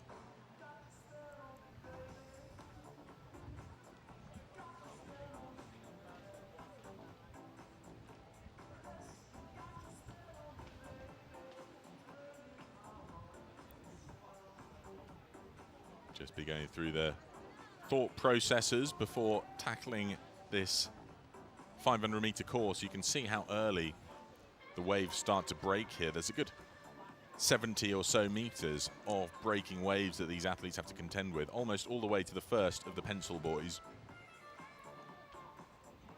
Hard work to battle through those waves, but they start to find a rhythm. They'll start to anticipate when the next wave is, because they can see the wavelength between peaks and be able to anticipate what's coming. Then the key thing is making sure they've got clean entry and exit of their blades, and they put the power curve at the right point in the stroke so they get maximum forward propulsion rather than lifting the boat up and down and pivoting all over the place, which is a tricky thing to do.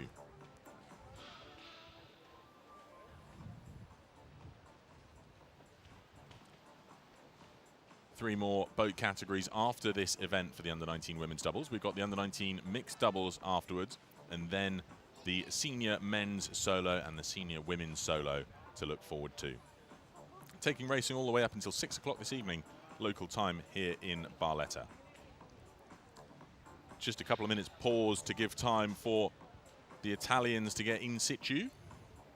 Maria Vittoria Crevatin attempting a backwards somersault out there on the water. I'm sure she'll just be making sure she's okay and getting ready to do the starting sprint up there at the start line. Their boat will need to be carried down in a few moments, though, to make sure that they're in position and ready to go.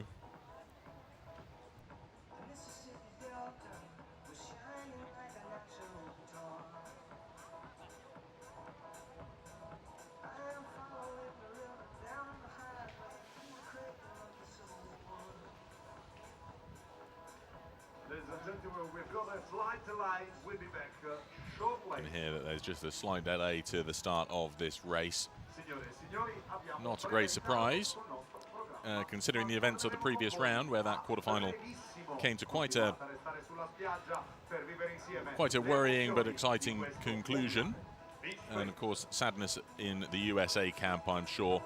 Annelies Hull and Annalie Duncombe disqualified from that event. That means that they won't be progressing, and Italy therefore are due to race in this semi-final against France. Such challenging conditions to keep the boat straight.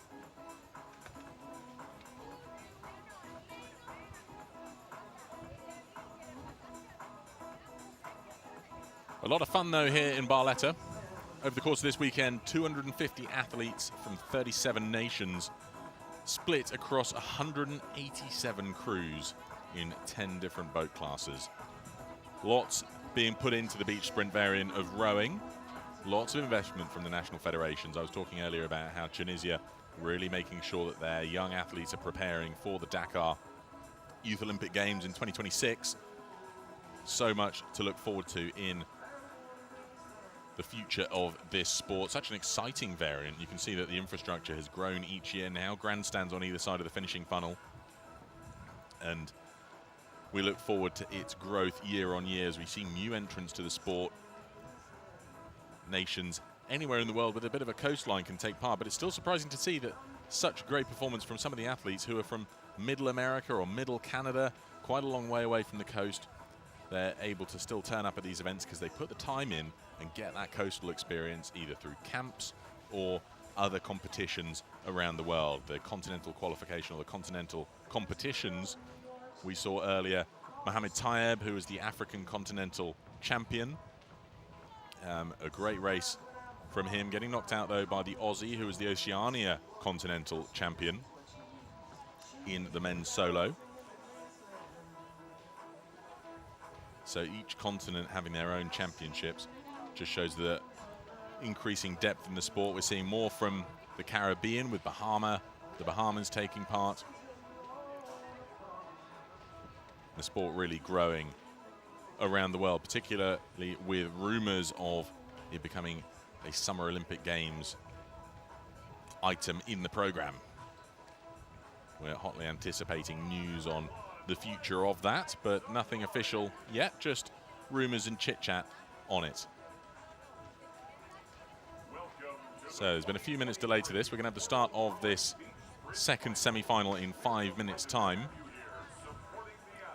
And so we'll just give that Italian crew time to get themselves ready. Here they are. Everything looks okay, and we've got Maria Vittoria Crevatin ready to do the starting sprint. Italia ancora una volta insieme alla Francia a lottare per l'unico pass valido per l'accesso in finale A. Got a couple of minutes just re-warming up, because it's amazing how when you've done a couple of max efforts, the muscles start to think about cramping if you don't keep them moving. These young athletes, though, less of a challenge compared to us old folks these days when it comes to keeping limber. But injury management, so important to be aware of from a young age, and keeping on top of the good routines that save your muscles and save your dexterity and flexibility, as we hope to see many of these athletes continue in the sport up to a good old age. Gianfilippo Mirabile, we saw competing in the PR3 mixed doubles earlier, age of 55, our eldest athlete racing in this beach sprint finals, born in 1968.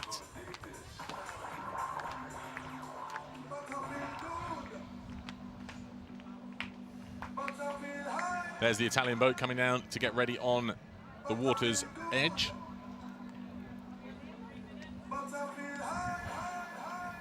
And in just a moment's time, we'll have them called under starters' orders for the start of this second semi-final for the under-19 women's double sculls. We, of course, after this have two more races, the bronze medal final and the gold medal final.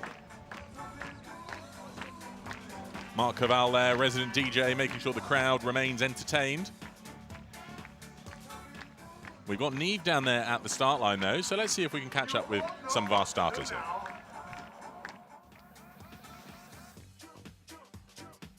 The air is blowing everywhere here. The wind has certainly picked up. I'm here with Vittoria of Italy. She's about to race in the semi-final. The path to the semi-final was unbelievable. You in USA, it was so hard out there. It was so difficult. I didn't expect that. Fortunately, I came back here. So how are you feeling? Are you okay after it? Did you get a little bit of a shock? Yeah, it was just a shock and a little pain, so I'm here. You are here and you're in the semi-final. There's a chance to get into the A final or the B final, so medals up for grabs a little later on. So looking at those conditions, they are very tricky. Are you going to have to just change your tactics, or do you just have to go out there and see what comes up? It's so tricky out there, so wavy, yeah. So you can't really prepare for those. No, we are not prepared, so let's see. Let's see, indeed. Well, congratulations to Italy, who have made it to the semi-final. They will be meeting France here, so we'll be getting going very shortly. Great to hear from Maria Vittoria Crevatin.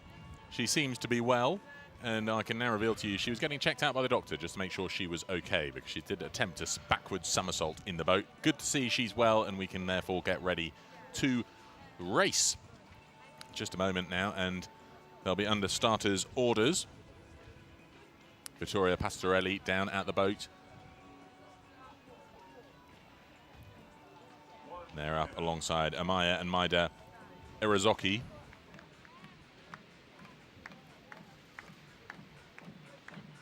Crevatin enjoying the music from Mark Cavall, the DJ here, setting an awesome beach vibe on the beach here in Barletta, Puglia, Italy.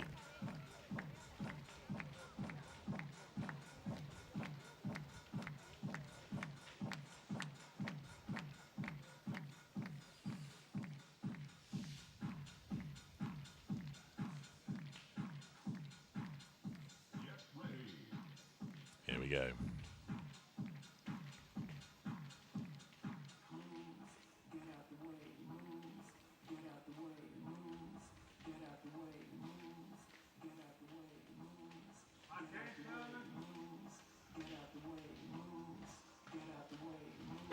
Oh, the tension there. A couple of them wanting to leap off that start line like a coiled spring released. But it's a fast start for Maida Irizaki. I think she might just pip Crevatin to the boat. Irizaki already in. And the French are off to a very fast start here. A great start for these twins as they get the boat up to speed. A length up on Italy. How do they handle these crashing waves coming through? Difficult stuff to stay straight. Blades starting to slide out of the gates. Instructions coming in from the boat handlers. Italy bouncing around, but they've closed in on the French lead. The French were up by a length a moment ago, and Italy now pulling up level, just making slightly better work of the bumpy conditions. Now we come up towards the second turning point. Conditions start to flatten out. They can start to, well, it doesn't look like it. It is that little bit easier than the first approach to the first turning point. This is where they can start to build the boat speed. You start to see it get up towards 10 kilometers an hour, although there are still a few shock waves coming through such hard conditions. Look at that, bouncing the French all over the place. The French slowing right down as those waves buffet them around. They're still out in front, not by much though. The Italians getting bounced around a fair bit too. Now they're past the second turning point. They're going to be looking towards that third buoy and their approach.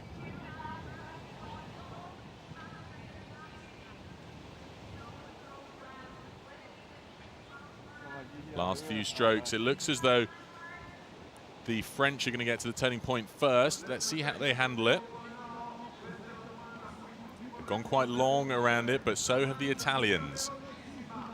Now time for the return leg. Everything will rest on their ability to deal with the waves surging up behind them, lifting their stern and trying to spin them round, and how they make sure they stay straight. You can see France are up on a wave, and it's tipped them over. It's a capsize for the French, and we can see two heads, so they're okay, but that is race over. The Italians, therefore, are going to have a clean run in for the victory. Just so difficult, the conditions. Oh, heartbreak for the French. Good to see that they're both okay. Now the Italians just need to hold it together and come into the beach safely and cleanly. They can just take their time because they're certain for progression. They're certainly going to get a medal. Oh, as long as they can stay straight. Here comes another wave that's going to give them some upset. Staying balanced is going to be the key thing. Getting it spun back round. Here we go. They just need to make it onto the beach. So difficult, the conditions here. This is what caused the upset in the USA-Italian race earlier. The Italians make the spin back round. Now they've got to ride it into the beach. As long as they get to that finish line, they'll be certain of a medal because they'll be going through to the A final. Oh, heart in throat moment for everybody here watching the racing. Glad to see that the French were okay, but they'll be devastated with the result because that's cost them the chance at a gold or silver. Here we go. Here comes the Italian, Vittoria Pastorelli, making her way up the beach. She's got to go all the way across to her flag before she can run up to the finishing buzzer.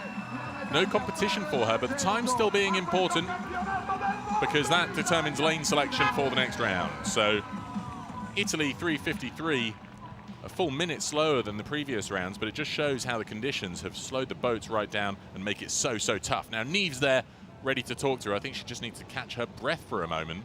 We'll let her do that, but what a great race for Italy. Neve enjoying the banging music down there on the beach. Pastorelli just catching her breath.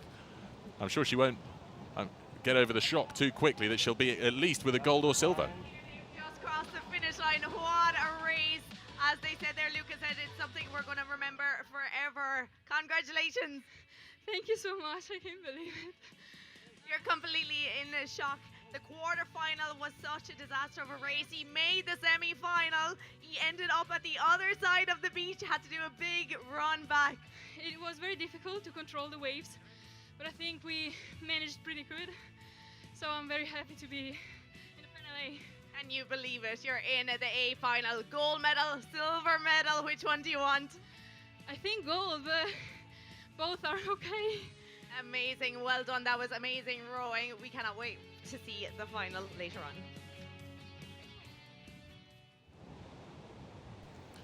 Well, here come the French back onto the beach, heartbroken by what's happened. They still have to get up there to hit the buzzer to close out their race, and that will secure them their spot in the B final. She's so upset. There's some good camaraderie and well recognized by the crowd too. Upset by that result, but they are going through to the B final. They'll have another shot at a medal.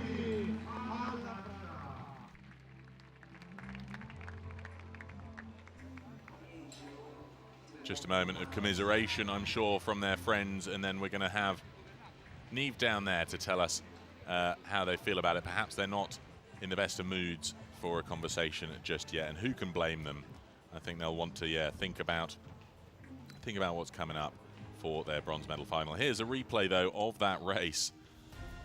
So difficult, the conditions here. It's so difficult to appreciate just how much they're thrown about. When you've got these zoomed out views and you can see how wide the boats are, it's easy to assume that they have more control than they actually do. But when you recognize that these boats are nearly 100 kilos, with the athlete weights on top of that, we're talking near 200 kilos in each of the boats, and there's the capsize.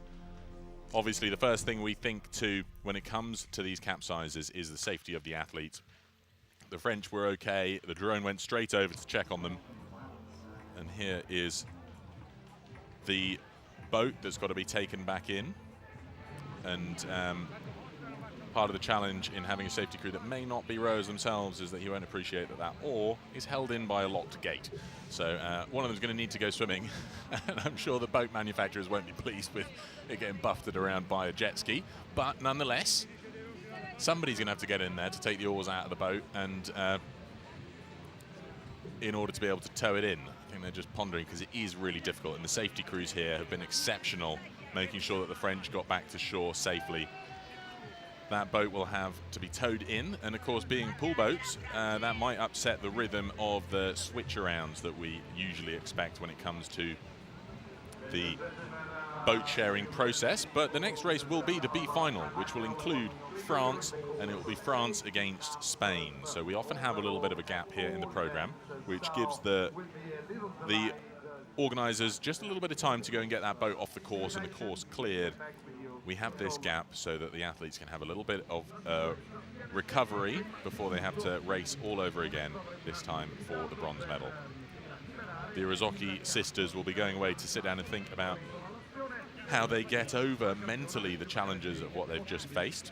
And I'm sure we'll be seeing them back on the start line in just a few moments. 2 races left in this category. We've got the A final and we've got the B final. B final first. That gives the Italians a moment to go and compose themselves as well. Great Britain, I'm sure, have been sat in the shade somewhere. Summer Harlow and Leah Saunders observing the carnage of the last couple of races.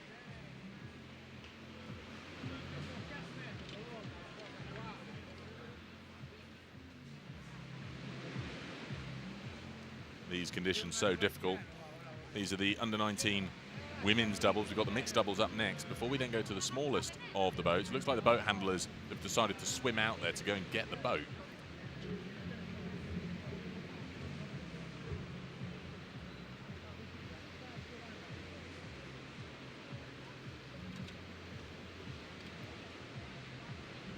I suppose that's one of the ways to go and get it. You need some people who know how to disassemble it even underwater in order to be able to tow it in. Otherwise those blades will likely break the gates that they're in.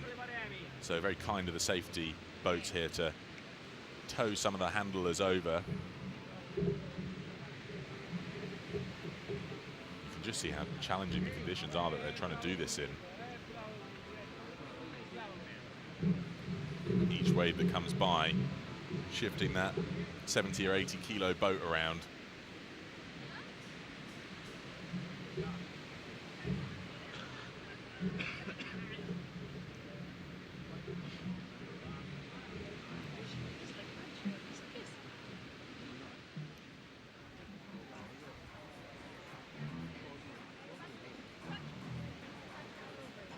There's job 1 done. Get some of the oars out. And then think about righting the boat.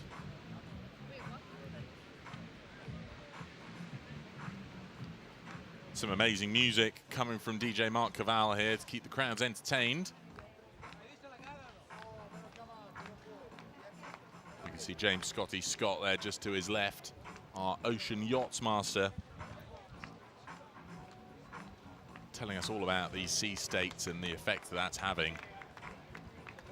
Oh, well done to those boat handlers. They managed to get it the right way up at least so they can try and coast it in.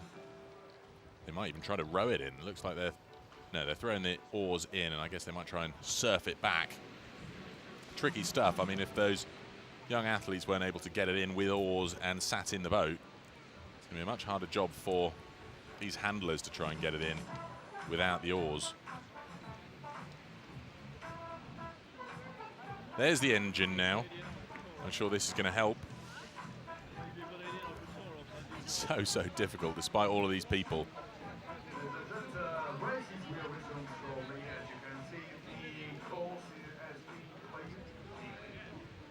Son's one of the French blades. We'll want to think about getting hold of that. And perhaps giving the boat a little bit of a tow with the jet ski, but not too far out. I think they've got their feet on the floor now, so that's going to be the key thing. It's not as deep as it looks. You can see some of these guys now able to walk, so very good job to them getting that boat under control.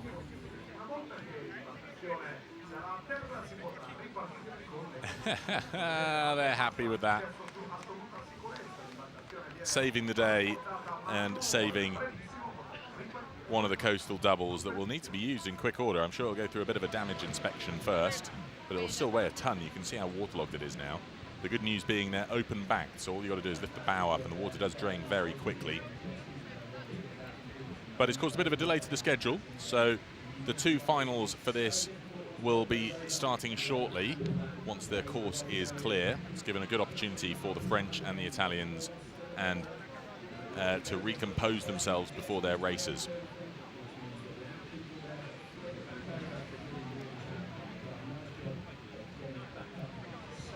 There we go, boat safely back on shore.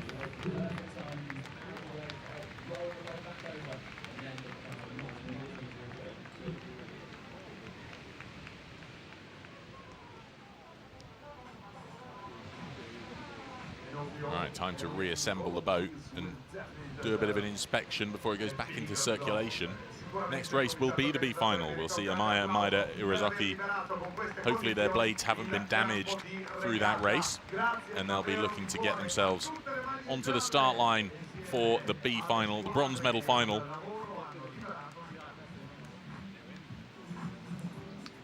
And very good job to the boat handlers there, going and rescuing that boat. Exciting stuff here. The conditions just so tricky, and great to see that the French were okay. Clearly a little bit distraught by what happened, a bit of a shock, no doubt, but they'll be getting themselves composed, ready for the B final. Now, I'm absolutely delighted because I'm not on my own anymore in the commentary box. I have world champion in the mixed double here from New Zealand, Jackie Kittle. Jackie, hello. Thank you for coming and joining me. No worries. Yeah, this is a really cool experience, so I thought I'd give this a go. Yeah, amazing. Well, it's good to see you. Firstly, congratulations on your race yesterday. Thank you. What a result that was, eh? Yeah, no, it was really cool. Really cool. So, absolutely chuffed. Yeah, absolutely brilliant. So you had a cracking race, and but you've had quite a cool summer as well, right? You were in Donoratico last week. Was it just last week? You were there racing with the US. Yes. We Tell were. us though, what was your build-up like coming in for this beach sprint finals? Yeah, no, it's been really cool. We have had, so Matt and I came straight from World Champs, Water World Champs, over to Spain to train with the rest of our team and Moncho, who's been coaching us. And then, so we did a bit of a training camp, and then we went across to Donoratico and did the beach sprint clash with Felipe, which was amazing. So it was a real cool setup, and it was great to kind of experience the even just the music and the DJ and the setup on the beach, just like here, and alongside the Coupe de Jeunesse. So that was really cool to be part of that. That's the first time they've ever held that as a beach sprint. So that was really cool to be part of, and met some cool faces. We've really developed a cool culture around the Americans and the Kiwis, and even the Germans. We trained and did a few practice races against them. So Did you now? It was really cool. How great is that? Everybody I've spoken to, it's an observation I've had here, and I'd love your thoughts on it. Some of the coolest sports you see out there in the world, like CrossFit, triathlon, you see the best of the best training with each other, even though they compete against each other. It seems as though that's the future, because if you want to be the best, you've got to train with the best quite a bit, right? And some of the other more traditional sports where you're kept separate, secrets behind closed doors on what you're doing differently, doesn't seem to be the future of the sports that are most highly competitive and most followed in terms of audience attendance. And it seems that's where beach sprints is going, particularly with you guys doing that with the Americans and with the Germans. Very cool. Yeah, definitely. I think because it's such a quickly growing sport, I think that the community support's really important, and I think that we've really embraced that element of it. And you want to learn. And I think that's the biggest thing, is that coming from Flatwater, you realise it's so different. It's really the strategy and the technique is very different, and so the more you can learn, the faster you're going to go and the better the sport's going to be. So that's kind of what we've adopted, I guess. And it's like a big beach party. It's fantastic, and so why not share that kind of experience with the others and dance along. And like last night, being able to stand up on the podium with the Americans, who are now our friends. That's such a cool vibe, and even the Italians as well. We were all just having a bit of a party backstage, so that's kind of what this is about, right?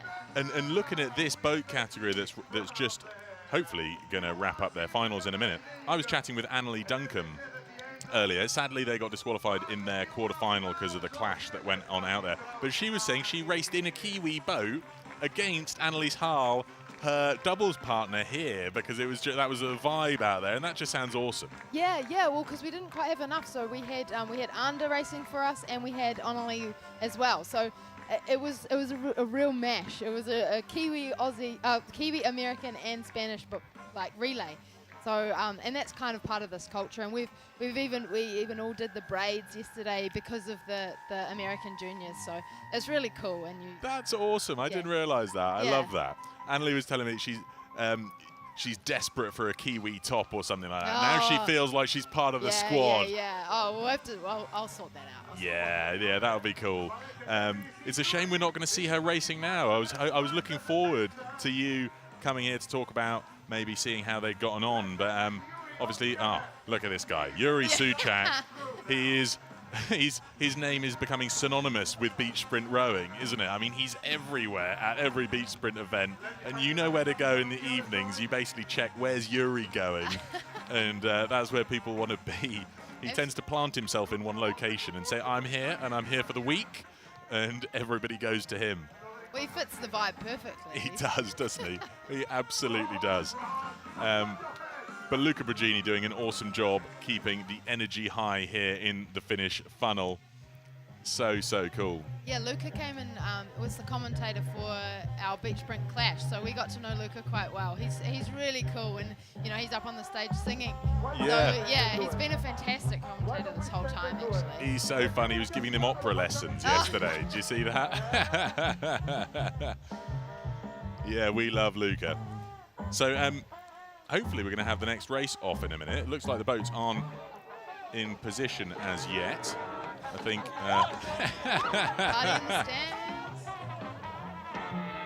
So cool. The crowd has been awesome. Like, it's actually really cool to be running down those chutes and hear the crowd. Like, they just go nuts. As soon as anyone leaves the chute, it's just crazy. It's been such a cool vibe. Really different from what I've ever experienced before. What you're used to, yeah. So how big is the Kiwi contingent over here? Are there a lot of you? Relatively small, so it's just our team, and I think there's 6 of us. We've got a few more coming in for endurance. Okay. Next week. Yeah. Yeah, it's a pretty small group, so I think that's why it's been great having like the whole American team, and even then, because we don't have any juniors, so being able Right. to kind of support the juniors as well has been really fun. That's nice. So you attached yourself to the American Yeah. juniors. That's how it ought to be, Yeah, right? exactly. That's so cool. And but surely the Kiwis are going to have to think about a junior squad at some point. I mean, beach sprint's going to be in the Youth Olympic Games in Dakar 2026. So how does it work in New Zealand when it comes to the development of this new branch of rowing? I think there's a few things going on behind the scenes. It's Mhm. probably not been developing as fast as some of us would have liked, which can be a little bit frustrating. I Right. think like any big rowing nation, the focus is on the Olympics, and Sure. this hasn't been named in the Olympics yet. So Yeah. that's part of why it's. I guess there aren't any juniors here because there may not be the funding behind it yet. But we'll see how it goes. We, I'm real passionate about the sport, and I'm passionate about rowing as a whole, and I really want the juniors to be here. I think there's not many events that you get to have juniors and senior athletes competing at the same time, and what they could learn is just enormous. So Exactly, that yeah. learning opportunity to be alongside the likes of you, Matt Dunham, Michael Brake. Yeah. These are big names in the Kiwi senior squad here, yeah? And to have some juniors being part of that team in the moment, yeah, it will be so cool for them. I really hope that we can set something up so that they can have this experience next year. And I enjoyed chatting to Mike yesterday. He was telling me how he's come out of retirement after his Olympic gold in Tokyo. Do you see yourself managing to draw in some more of the other flatwater rowers from the Kiwi squad? Because it's such a cool variation, isn't it? Yeah, I think there's going to be a lot of interest. I think as soon as anyone does well and has success in these events, it piques the interest of other athletes, and that are kind of like, I could really give that a go. So I think there will definitely be some more interest. Well, you guys also have the secret weapon, your other half from the double, Dunham. I just cannot believe how quick he is. Has he ever done a 100-meter sprint or anything like that? Do you know? Has he ever done a sprint, a timed sprint? Do we know where he stacks up? Because he's got to be a sprinter just based on how quickly he can move on Yeah, that I beach. think even he's been kind of surprised about that. Oh, it looks like we get an opportunity to hear from Gwyn. Now we will have a team managers meeting, and we'll update you after the team managers meeting. Great, thank you so much. Per tutto il pubblico anche italiano, ora verrà fatto un team manager meeting dove verranno prese delle decisioni su quello che succederà. Sounds like there's a bit of discussion about I'm guessing the safety of the water out there, because when you look at it, it's so tricky, particularly those last couple of races. Jackie, what would be going through your mind if you were about to race in these conditions? Yeah, we actually had, we were quite lucky in that we got to experience conditions kind of similar in one of the training days. And yeah, it's definitely, it's a lot rougher than maybe it looks as well. There's quite a lot of swell, and you can see from the flags that the wind is coming across the course. So yeah, it's definitely, if I was looking at that and thinking about racing, I'd probably be thinking about how I was going to keep my boat straight. I think you'll see as like one of the boats flips just before, it's really difficult to keep a straight line. If these boats they're really big and they're really long, and so when you get on a wave, it's great until you start, like the boat starts to turn, and then it's really difficult to straighten it back up, which is when you see them spinning. So it's definitely about keeping straight and keeping it clean, and not worrying so much about the power, but more about staying on the wave and keeping yourself in a straight line. Tricky stuff. You can see there's no boats ready for the next race, so I think we're going to hear back shortly, I hope, about the future of today's program of racing. There may be some safety discussions going on, because it would only be right, though, for the organising committee to think, when you see crashes like we've just seen, a capsize like we've just seen, we've still got 2 finals for the under-19s women's doubles to go before we get into the under-19s mixed doubles, and they want to make sure that it's absolutely safe out there on the water. So while we wait for that decision, back to Matt Dunham and his sprinting. What were you saying about has he ever done a timed sprint? Not to my knowledge. You're definitely going to have to ask him himself. He's not. I mean, rowing is what we do. I'm sure he did it at high school, but from the time that I've known him, he hasn't. But in saying that, he grew up on the beach, so he's he's very used to sprinting in sand, which I think helps a lot. But he's certainly a lot faster than I am on the beach. Yeah, he's quicker than just about everybody on the beach, isn't he? I enjoyed Mike telling me yesterday how he had no idea Matt was running up the beach behind him when you guys landed in the quad until Matt dove alongside him to hit the buzzer and beat him to the buzzer. And you just think, goodness me, not only was Mike in the bows, so he was already up on the sand, Matt had to get past all those blades in the deeper water and still made it up the beach quicker. Yeah, I was sitting in the boat watching him thinking he's going to, because of last year, he's going to do it. And so I actually pulled my blade across to make sure he had the space. He did still clip Joe's a little bit, but I think that helped give him the launch so that he could actually clear it a little bit quicker than maybe if I'd left that blade out there. I remember him doing that last year. Yeah.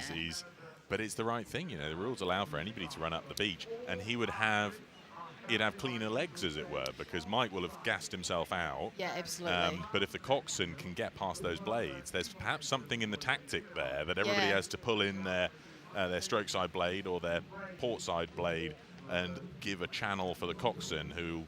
Yeah, absolutely. We've been talking about this and we've decided to call it the Dunham Dash. I love it. I love it, the Dunham Dash. We'll need to remember that for next time. How cool is that? And of course, that also meant that he had some energy left for your mixed double race. Yes. When it came to that, how did you find that doubling up from the quad into the double? Because you essentially had to go through 3 back-to-back races through the quarters, semis, and finals for the quad, and then again in the mixed doubles. Yeah. I did 7 races yesterday, all up. In the space of 2 hours. 6 in the space of 2 hours, and 1 in the morning. It was challenging. I definitely I have a bit of a saying that like toothpaste, you can always squeeze out a little bit more. And so at the start line of the final, the last race, I was thinking toothpaste, just squeeze out like a little bit more, because the legs are definitely starting to hurt by then. I love that outlet. There's always a little bit left. There's always just a little bit. Like with the toothpaste, you can always get just a little bit more. So yeah, it was challenging. I think I'm definitely feeling it today. I've been hobbling around on some pretty sore legs, but no, it's absolutely worth it. And I think having the fitness from Flatwater has definitely helped that. I'm a pretty fit athlete from just the amount of Ks that we do for Flatwater, so I think that did help as well, just being able to keep going. How did you adjust your training program from the Flatwater process for the beach sprints? I don't know, through the last month or two. What did you do to prepare for this? Well, we knew we had the base training, so it wasn't about base training. We took a couple of days off completely because World Champs was a really big week, the Flatwater World Champs, and so we had a couple of days off, and then it was all about kind of getting back in tune with the coastal boat, because it feels very different, and getting back in tune with the kind of moving water, because like that movement and the swell, and kind of it's a real feely sport. You have to really feel what the water's doing underneath you, so feeling that, and then also just getting back familiar with getting in and out of a boat faster. Yeah, of course. Rather than taking your time and getting all nicely set up, and you're on the start line and you can think about things, no distractions. Exactly. So that was definitely, it was kind of like, and how fast do you do that to start with? Do you just walk it through, or do you just go straight full speed in? So here's a question for you. In the Flatwater edition, you guys at the top of the sport spend so long perfecting your blade work and your blade movement. How does that translate to this, where it's a little bit of carnage? In the Flatwater edition, if you miss your catch by a centimetre, you probably kick yourself for it, right? Yep. Whereas here, you miss your catch by a foot, and you probably forgive yourself. Yeah. And I think that's the difference. I think coming in as a Flatwater rower, you're so used to feeling the catch and being like, yep, I've got a grip on it. And with coastal, you kind of have to let that go a little bit, and just be like, I just have to do the best that I can do to get my blade in the water and get it out clean. So it's being, you definitely have to be a lot more, flexible with how and a bit quicker reaction times with being like, yep, that's one stroke. If I've stuffed that up, then that's okay. On to the next one, as opposed to flat water rowing where you can, one stroke can actually cause quite a bit of drama. Yeah, it can, can't it?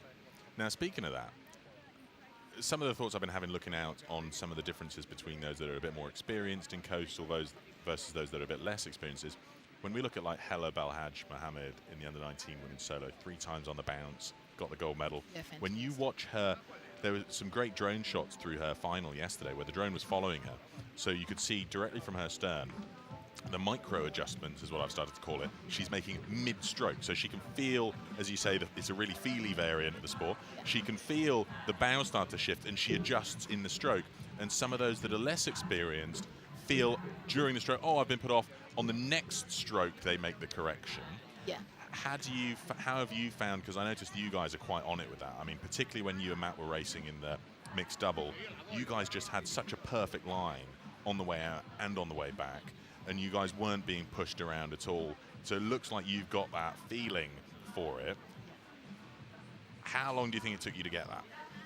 Well, Matt's feel is definitely a lot better than mine. Like, he's spent a lot of time on the sea, and he grew up on the waves, and his feel is a lot better than mine. And I think a lot of that was his calling, and it was him being able to pick up early when things were going to happen, which helps. And I think that is also one of the reasons we swapped our seating this year, because his feel and his navigation is better than mine. Right. Yeah, so I think that's part of it. It's also it's just time on the waves, and I still think that for me, I would love more time. Like, I'm always looking for more improvement, and I want to learn more, and that's what's so fantastic about this sport, is that there's so much to learn, and your improvement rate is so exponential, which we don't get in flat water. We don't, your improvement rate is so small, and you might, you get your catch in by a millisecond quicker, and it's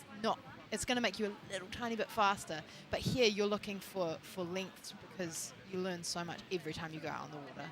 And just tell us, so the squad that you got here from New Zealand, where are you all from around New Zealand? Do you, aside from your week in Donoratico last week, have you had a chance to get together at all before last week in New Zealand, perhaps? Yeah, we had a couple of camps. So we've kind of, based the coastal team in Mount Maunganui, which is about an hour or so drive from Cambridge, which is where the centre of flat water. And it's probably one of our more prominent surf party beaches.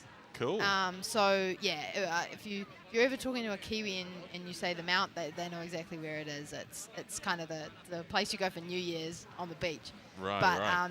and it's got a really good surf club, so we kind of linked in with them and See, the fact that there's a surf club fills me with fear that the waves are going to be too big to do beach sprinting on. Yeah, there was definitely times where it was too big to do beach sprints on, and they're quite dumpy.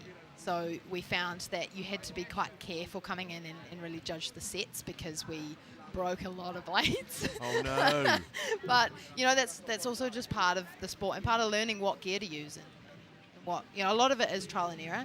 Speaking of which, how do you choose the gear? Because when you come to an event like this, the boats are provided for you. You have to use the pool boats. What do you use back home to prepare for the boats that you're going to be using here, or do you try to use the same? Well, it's very limited at the moment. In New Zealand, we're quite far away from Europe, and so we haven't really had the coastal equipment. Right. As much of that coming into New Zealand, so we are very limited with what boats New Zealand actually has.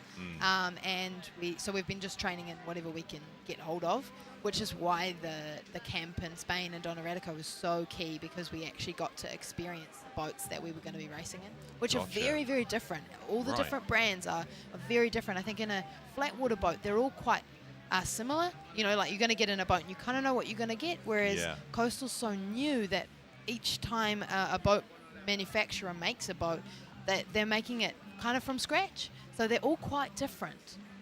Amazing. And you're staying on for the endurance next week. Yes. So this week you've had the joys of the two different bow shapes or forms, right? You've been racing in the double, which has a flat front but a bit of a curve down towards the bottom of the hull. And compared to the quad, which has a wave-piercing bow that points out to the front, Yes. you're probably one of the few people here at this event who can tell us about the difference in how that feels. Or do you not necessarily notice the difference because of the size, shape? I mean, it's something that I recall from Oeiras in Portugal. On the endurance event, the wave-piercing bows had their advantages and disadvantages out there offshore versus landing on the beach. But what does it feel like between the two different boats? Yeah, they are quite different, and we actually experienced that last year. Matt and I raced the long distance in a beach sprint boat and then moved to an endurance boat, and we definitely felt quite a big difference. So the beach sprint boats turn really easily, and they're designed to turn quickly and surf waves, whereas the endurance boats with the bigger kind of piercing hulls are designed to stay straight on a wave and really cut through it, but they tend to, I guess they've got a little bit more drag because they are sitting a little bit lower in the water. I mean, I might be wrong there, but I'll have to go and chat to Felipe, but that's what it feels like. It feels like the endurance boats cut through those bigger swells easier, but are harder to turn because of the more enclosed shape of them, whereas the beach sprint have a much more open stern, and so they're kind of a bit more like a surfboard at the back, which means that they can catch those waves a little easier and spin on top of the wave instead of, I guess, in it. Yeah, gotcha. So that's another interesting thing. You'll be able to tell us the difference. When it comes to that spin on the far out buoy, the third one, did you have a different approach between the double and the quad for how you tackled that? I mean, I suppose in the quad you've got a rudder and a dagger board to take out, but what was the approach actually for the rowers? Pretty similar. I think that, there's only so many ways you can turn a really wide, long boat. So it is also a bit of trial and error for the strength of the crew, and I guess the seating order as well. You know, who have you got where and how much they can use. I guess they can check in, or how well they can pull round. So it's, I guess maybe that was part of how you're going to turn is based on your seating order, or even how your seating order is based on your turn, either way. But it's definitely trickier in the bigger boats because they are bigger and wider and they take longer to turn around. Yeah. And often you'll see that the check, if people lean in, then it can be really hard to get your outside blade in the water to turn. So, and in a wider quad, you can find that it's quite easy, or you can get knocked by waves easily. So it definitely is, it's tricky. A lot of people make it look really easy, but it's really hard. I bet they do. I bet they make it look super easy. So a bit of news for you from the team managers meeting. Sounds as though there's going to be a test solo and a test double going out onto the water now, and then the president of the jury and the technical delegate will decide the future of today's racing, or today's program of racing, and there's going to be a follow-up meeting at 3:30 to deliberate on how well that test solo and test double got on the water. So we're going to have a little while to wait, I think, before any racing, if any more racing happens today. It'll be such a shame because we've looked forward to the water conditions getting a little bit spicier out there, but it seems that it's just gotten too challenging for the boats. So we're going to take a little bit of a pause for a moment, and I'm going to say, Jackie, thank you so much for coming and joining us here in the commentary box. It's been an absolute delight. Sorry that we haven't had a chance to talk about any actual racing. That's all good. But this has been so cool to get like a proper insight to the New Zealand program, how you guys have prepared, what you guys think of the racing out there. Yeah. And congratulations again on the very result much. yesterday. We were all absolutely over the moon for you and Matt. Oh, thank you. What a cool outcome. You're going home with 2 medals, right? The bronze in the quad as well. Yeah, pretty cool. Pretty damn cool. And from your quad, Joe Sullivan's in the solo. Yes, he is. So hopefully, fingers crossed, he can. They can run it, and he can have a bit more time on the water. Exactly. Fingers crossed they can run it, and fingers crossed we find out some of the conclusion to this. Otherwise, I expect it will be postponed to tomorrow morning. Tomorrow being the reserve day. But Jackie, it's been awesome.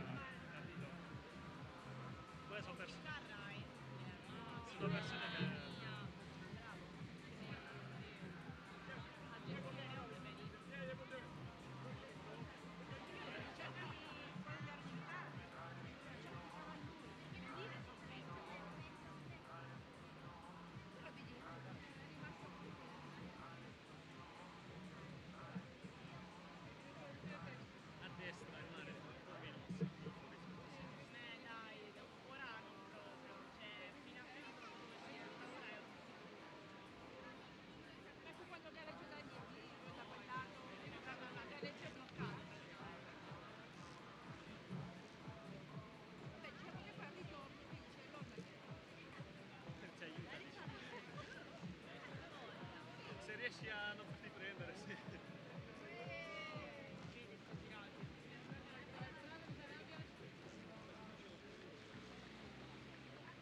Il test in corso. Fate un applauso al singolista. È riuscito a domare le onde.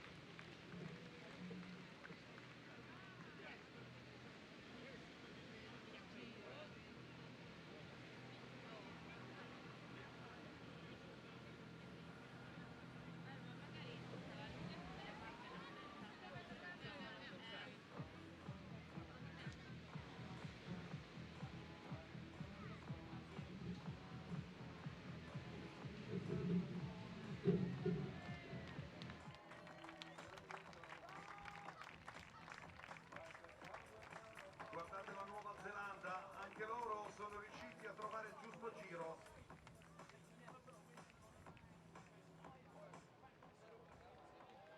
And the official test was completed.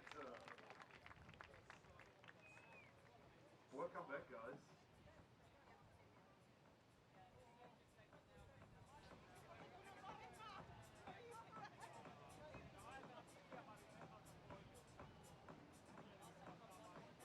A big round of applause to all the rowers on the beach who went out there and gave that a go. What they're going to do, there's going to be another discussion and then there'll be an update shortly about the plan for the rest of the day.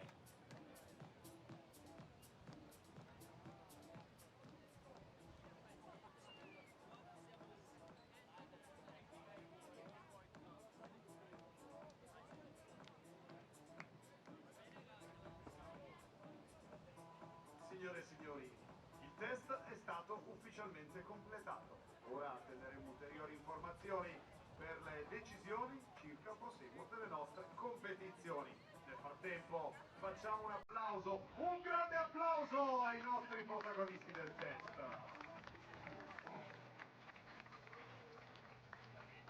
Thank you, thank you, thank you. You have been amazing.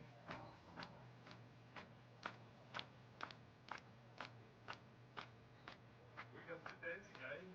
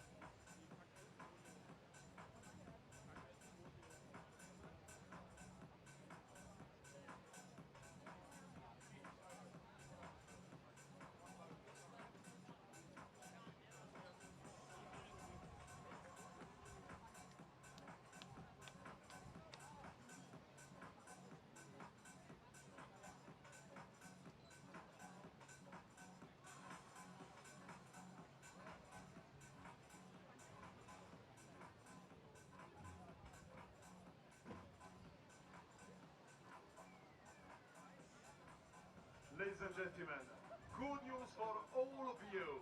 Races are about to restart. We'll be restarting at 4 p.m. with the men's solo quarterfinal. Well, folks, got a little bit of news for you, those that are waiting patiently at home for the schedule of racing.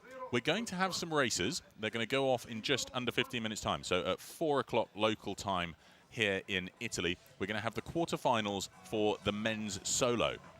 So the quarterfinal of the men's solo is going to be next, and the jury are going to see how that gets on and then make a further decision after those 4 quarterfinal races about whether the program of racing for the rest of the day will happen or not. So that gives us 5 to 10 minutes to get ourselves ready for some more racing this afternoon. It's going to at least be the quarterfinals for the men's solo. So 5 more minutes and we'll come back to you with the live broadcast just before the first of those quarterfinals off at 4 o'clock.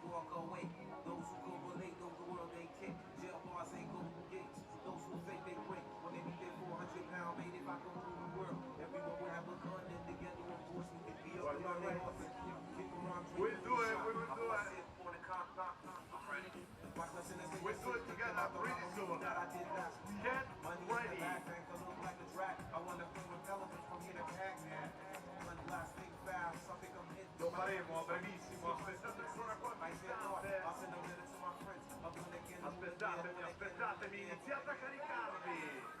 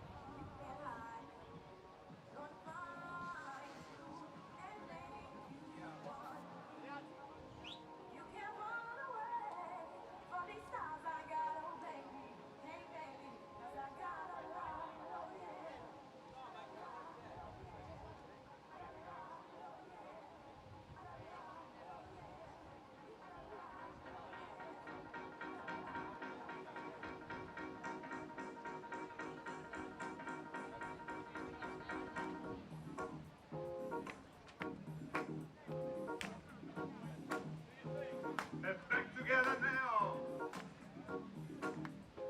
Con le mani tutti insieme qui a Barletta festeggia. Con le mani tutti insieme. Bravi.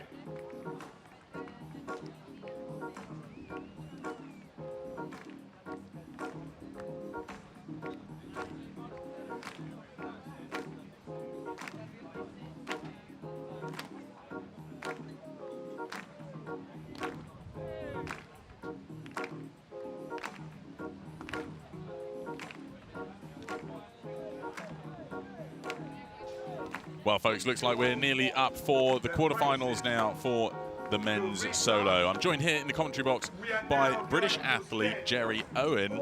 Jerry's been racing in the Coxed Quad earlier on this weekend. Now, Jerry, how have you found it racing here in Barletta? Yeah, it's pretty wild. The conditions can change really quickly. So yeah, towards the last race of the day, it can really pick up. So we've seen some exciting results coming from that.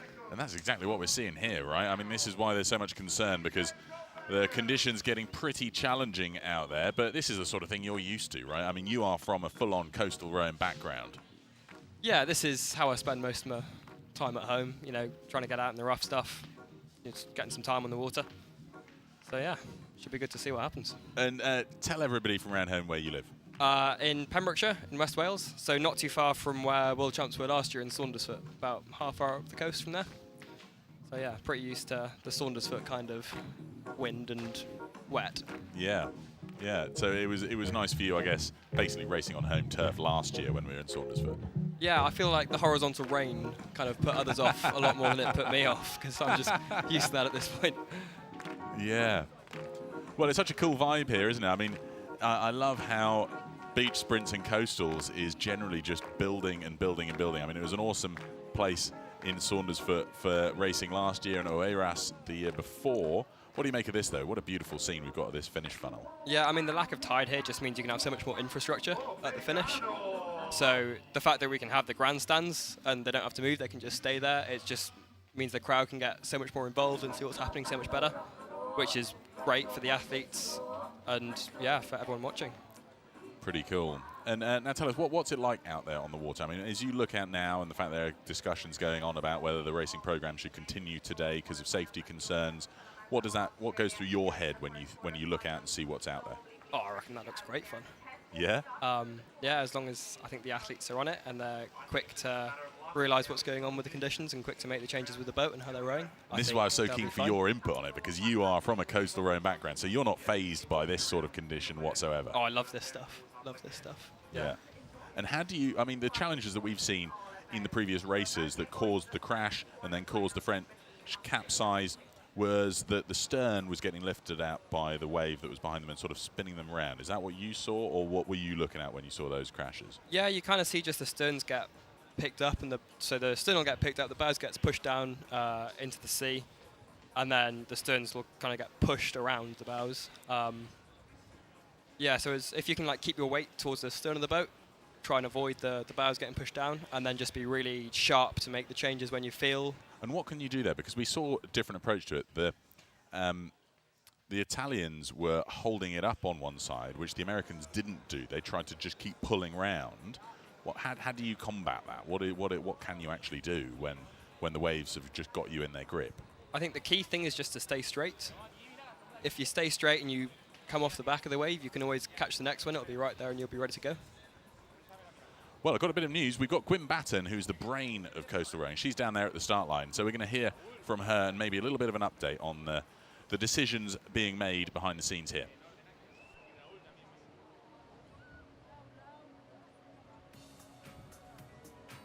So I am joined by Gwyn Batten. So we actually have a further update for everyone at the moment. So Gwyn, can you tell me what's happening? Great, thank you. We have to share with you the news that we are stopping racing for today.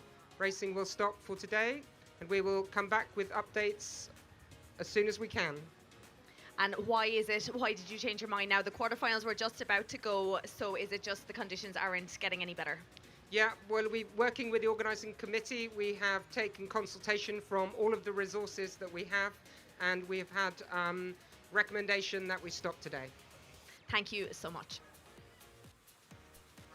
Well, there's the news. Sad news, because Jerry, we were just getting excited about the conditions out there. I I know that you're from the coastal background, and this is your bread and butter, but decision clearly made, and I'm sure for very understandable reasons. I know that we've seen a little bit of turbulence out there in the under-19 women's doubles races, but yeah, what a shame.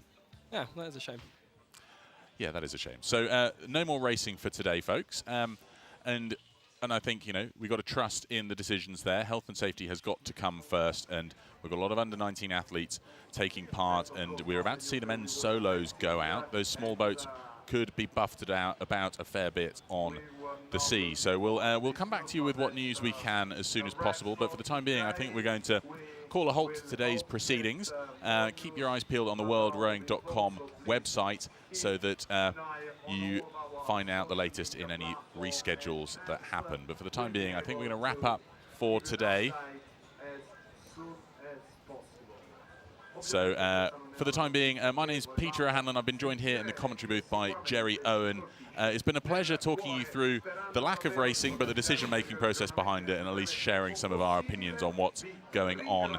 And we'll hopefully share some news with you on the website when there is news to share. But for the time being, thanks for joining us. We'll catch up with you later.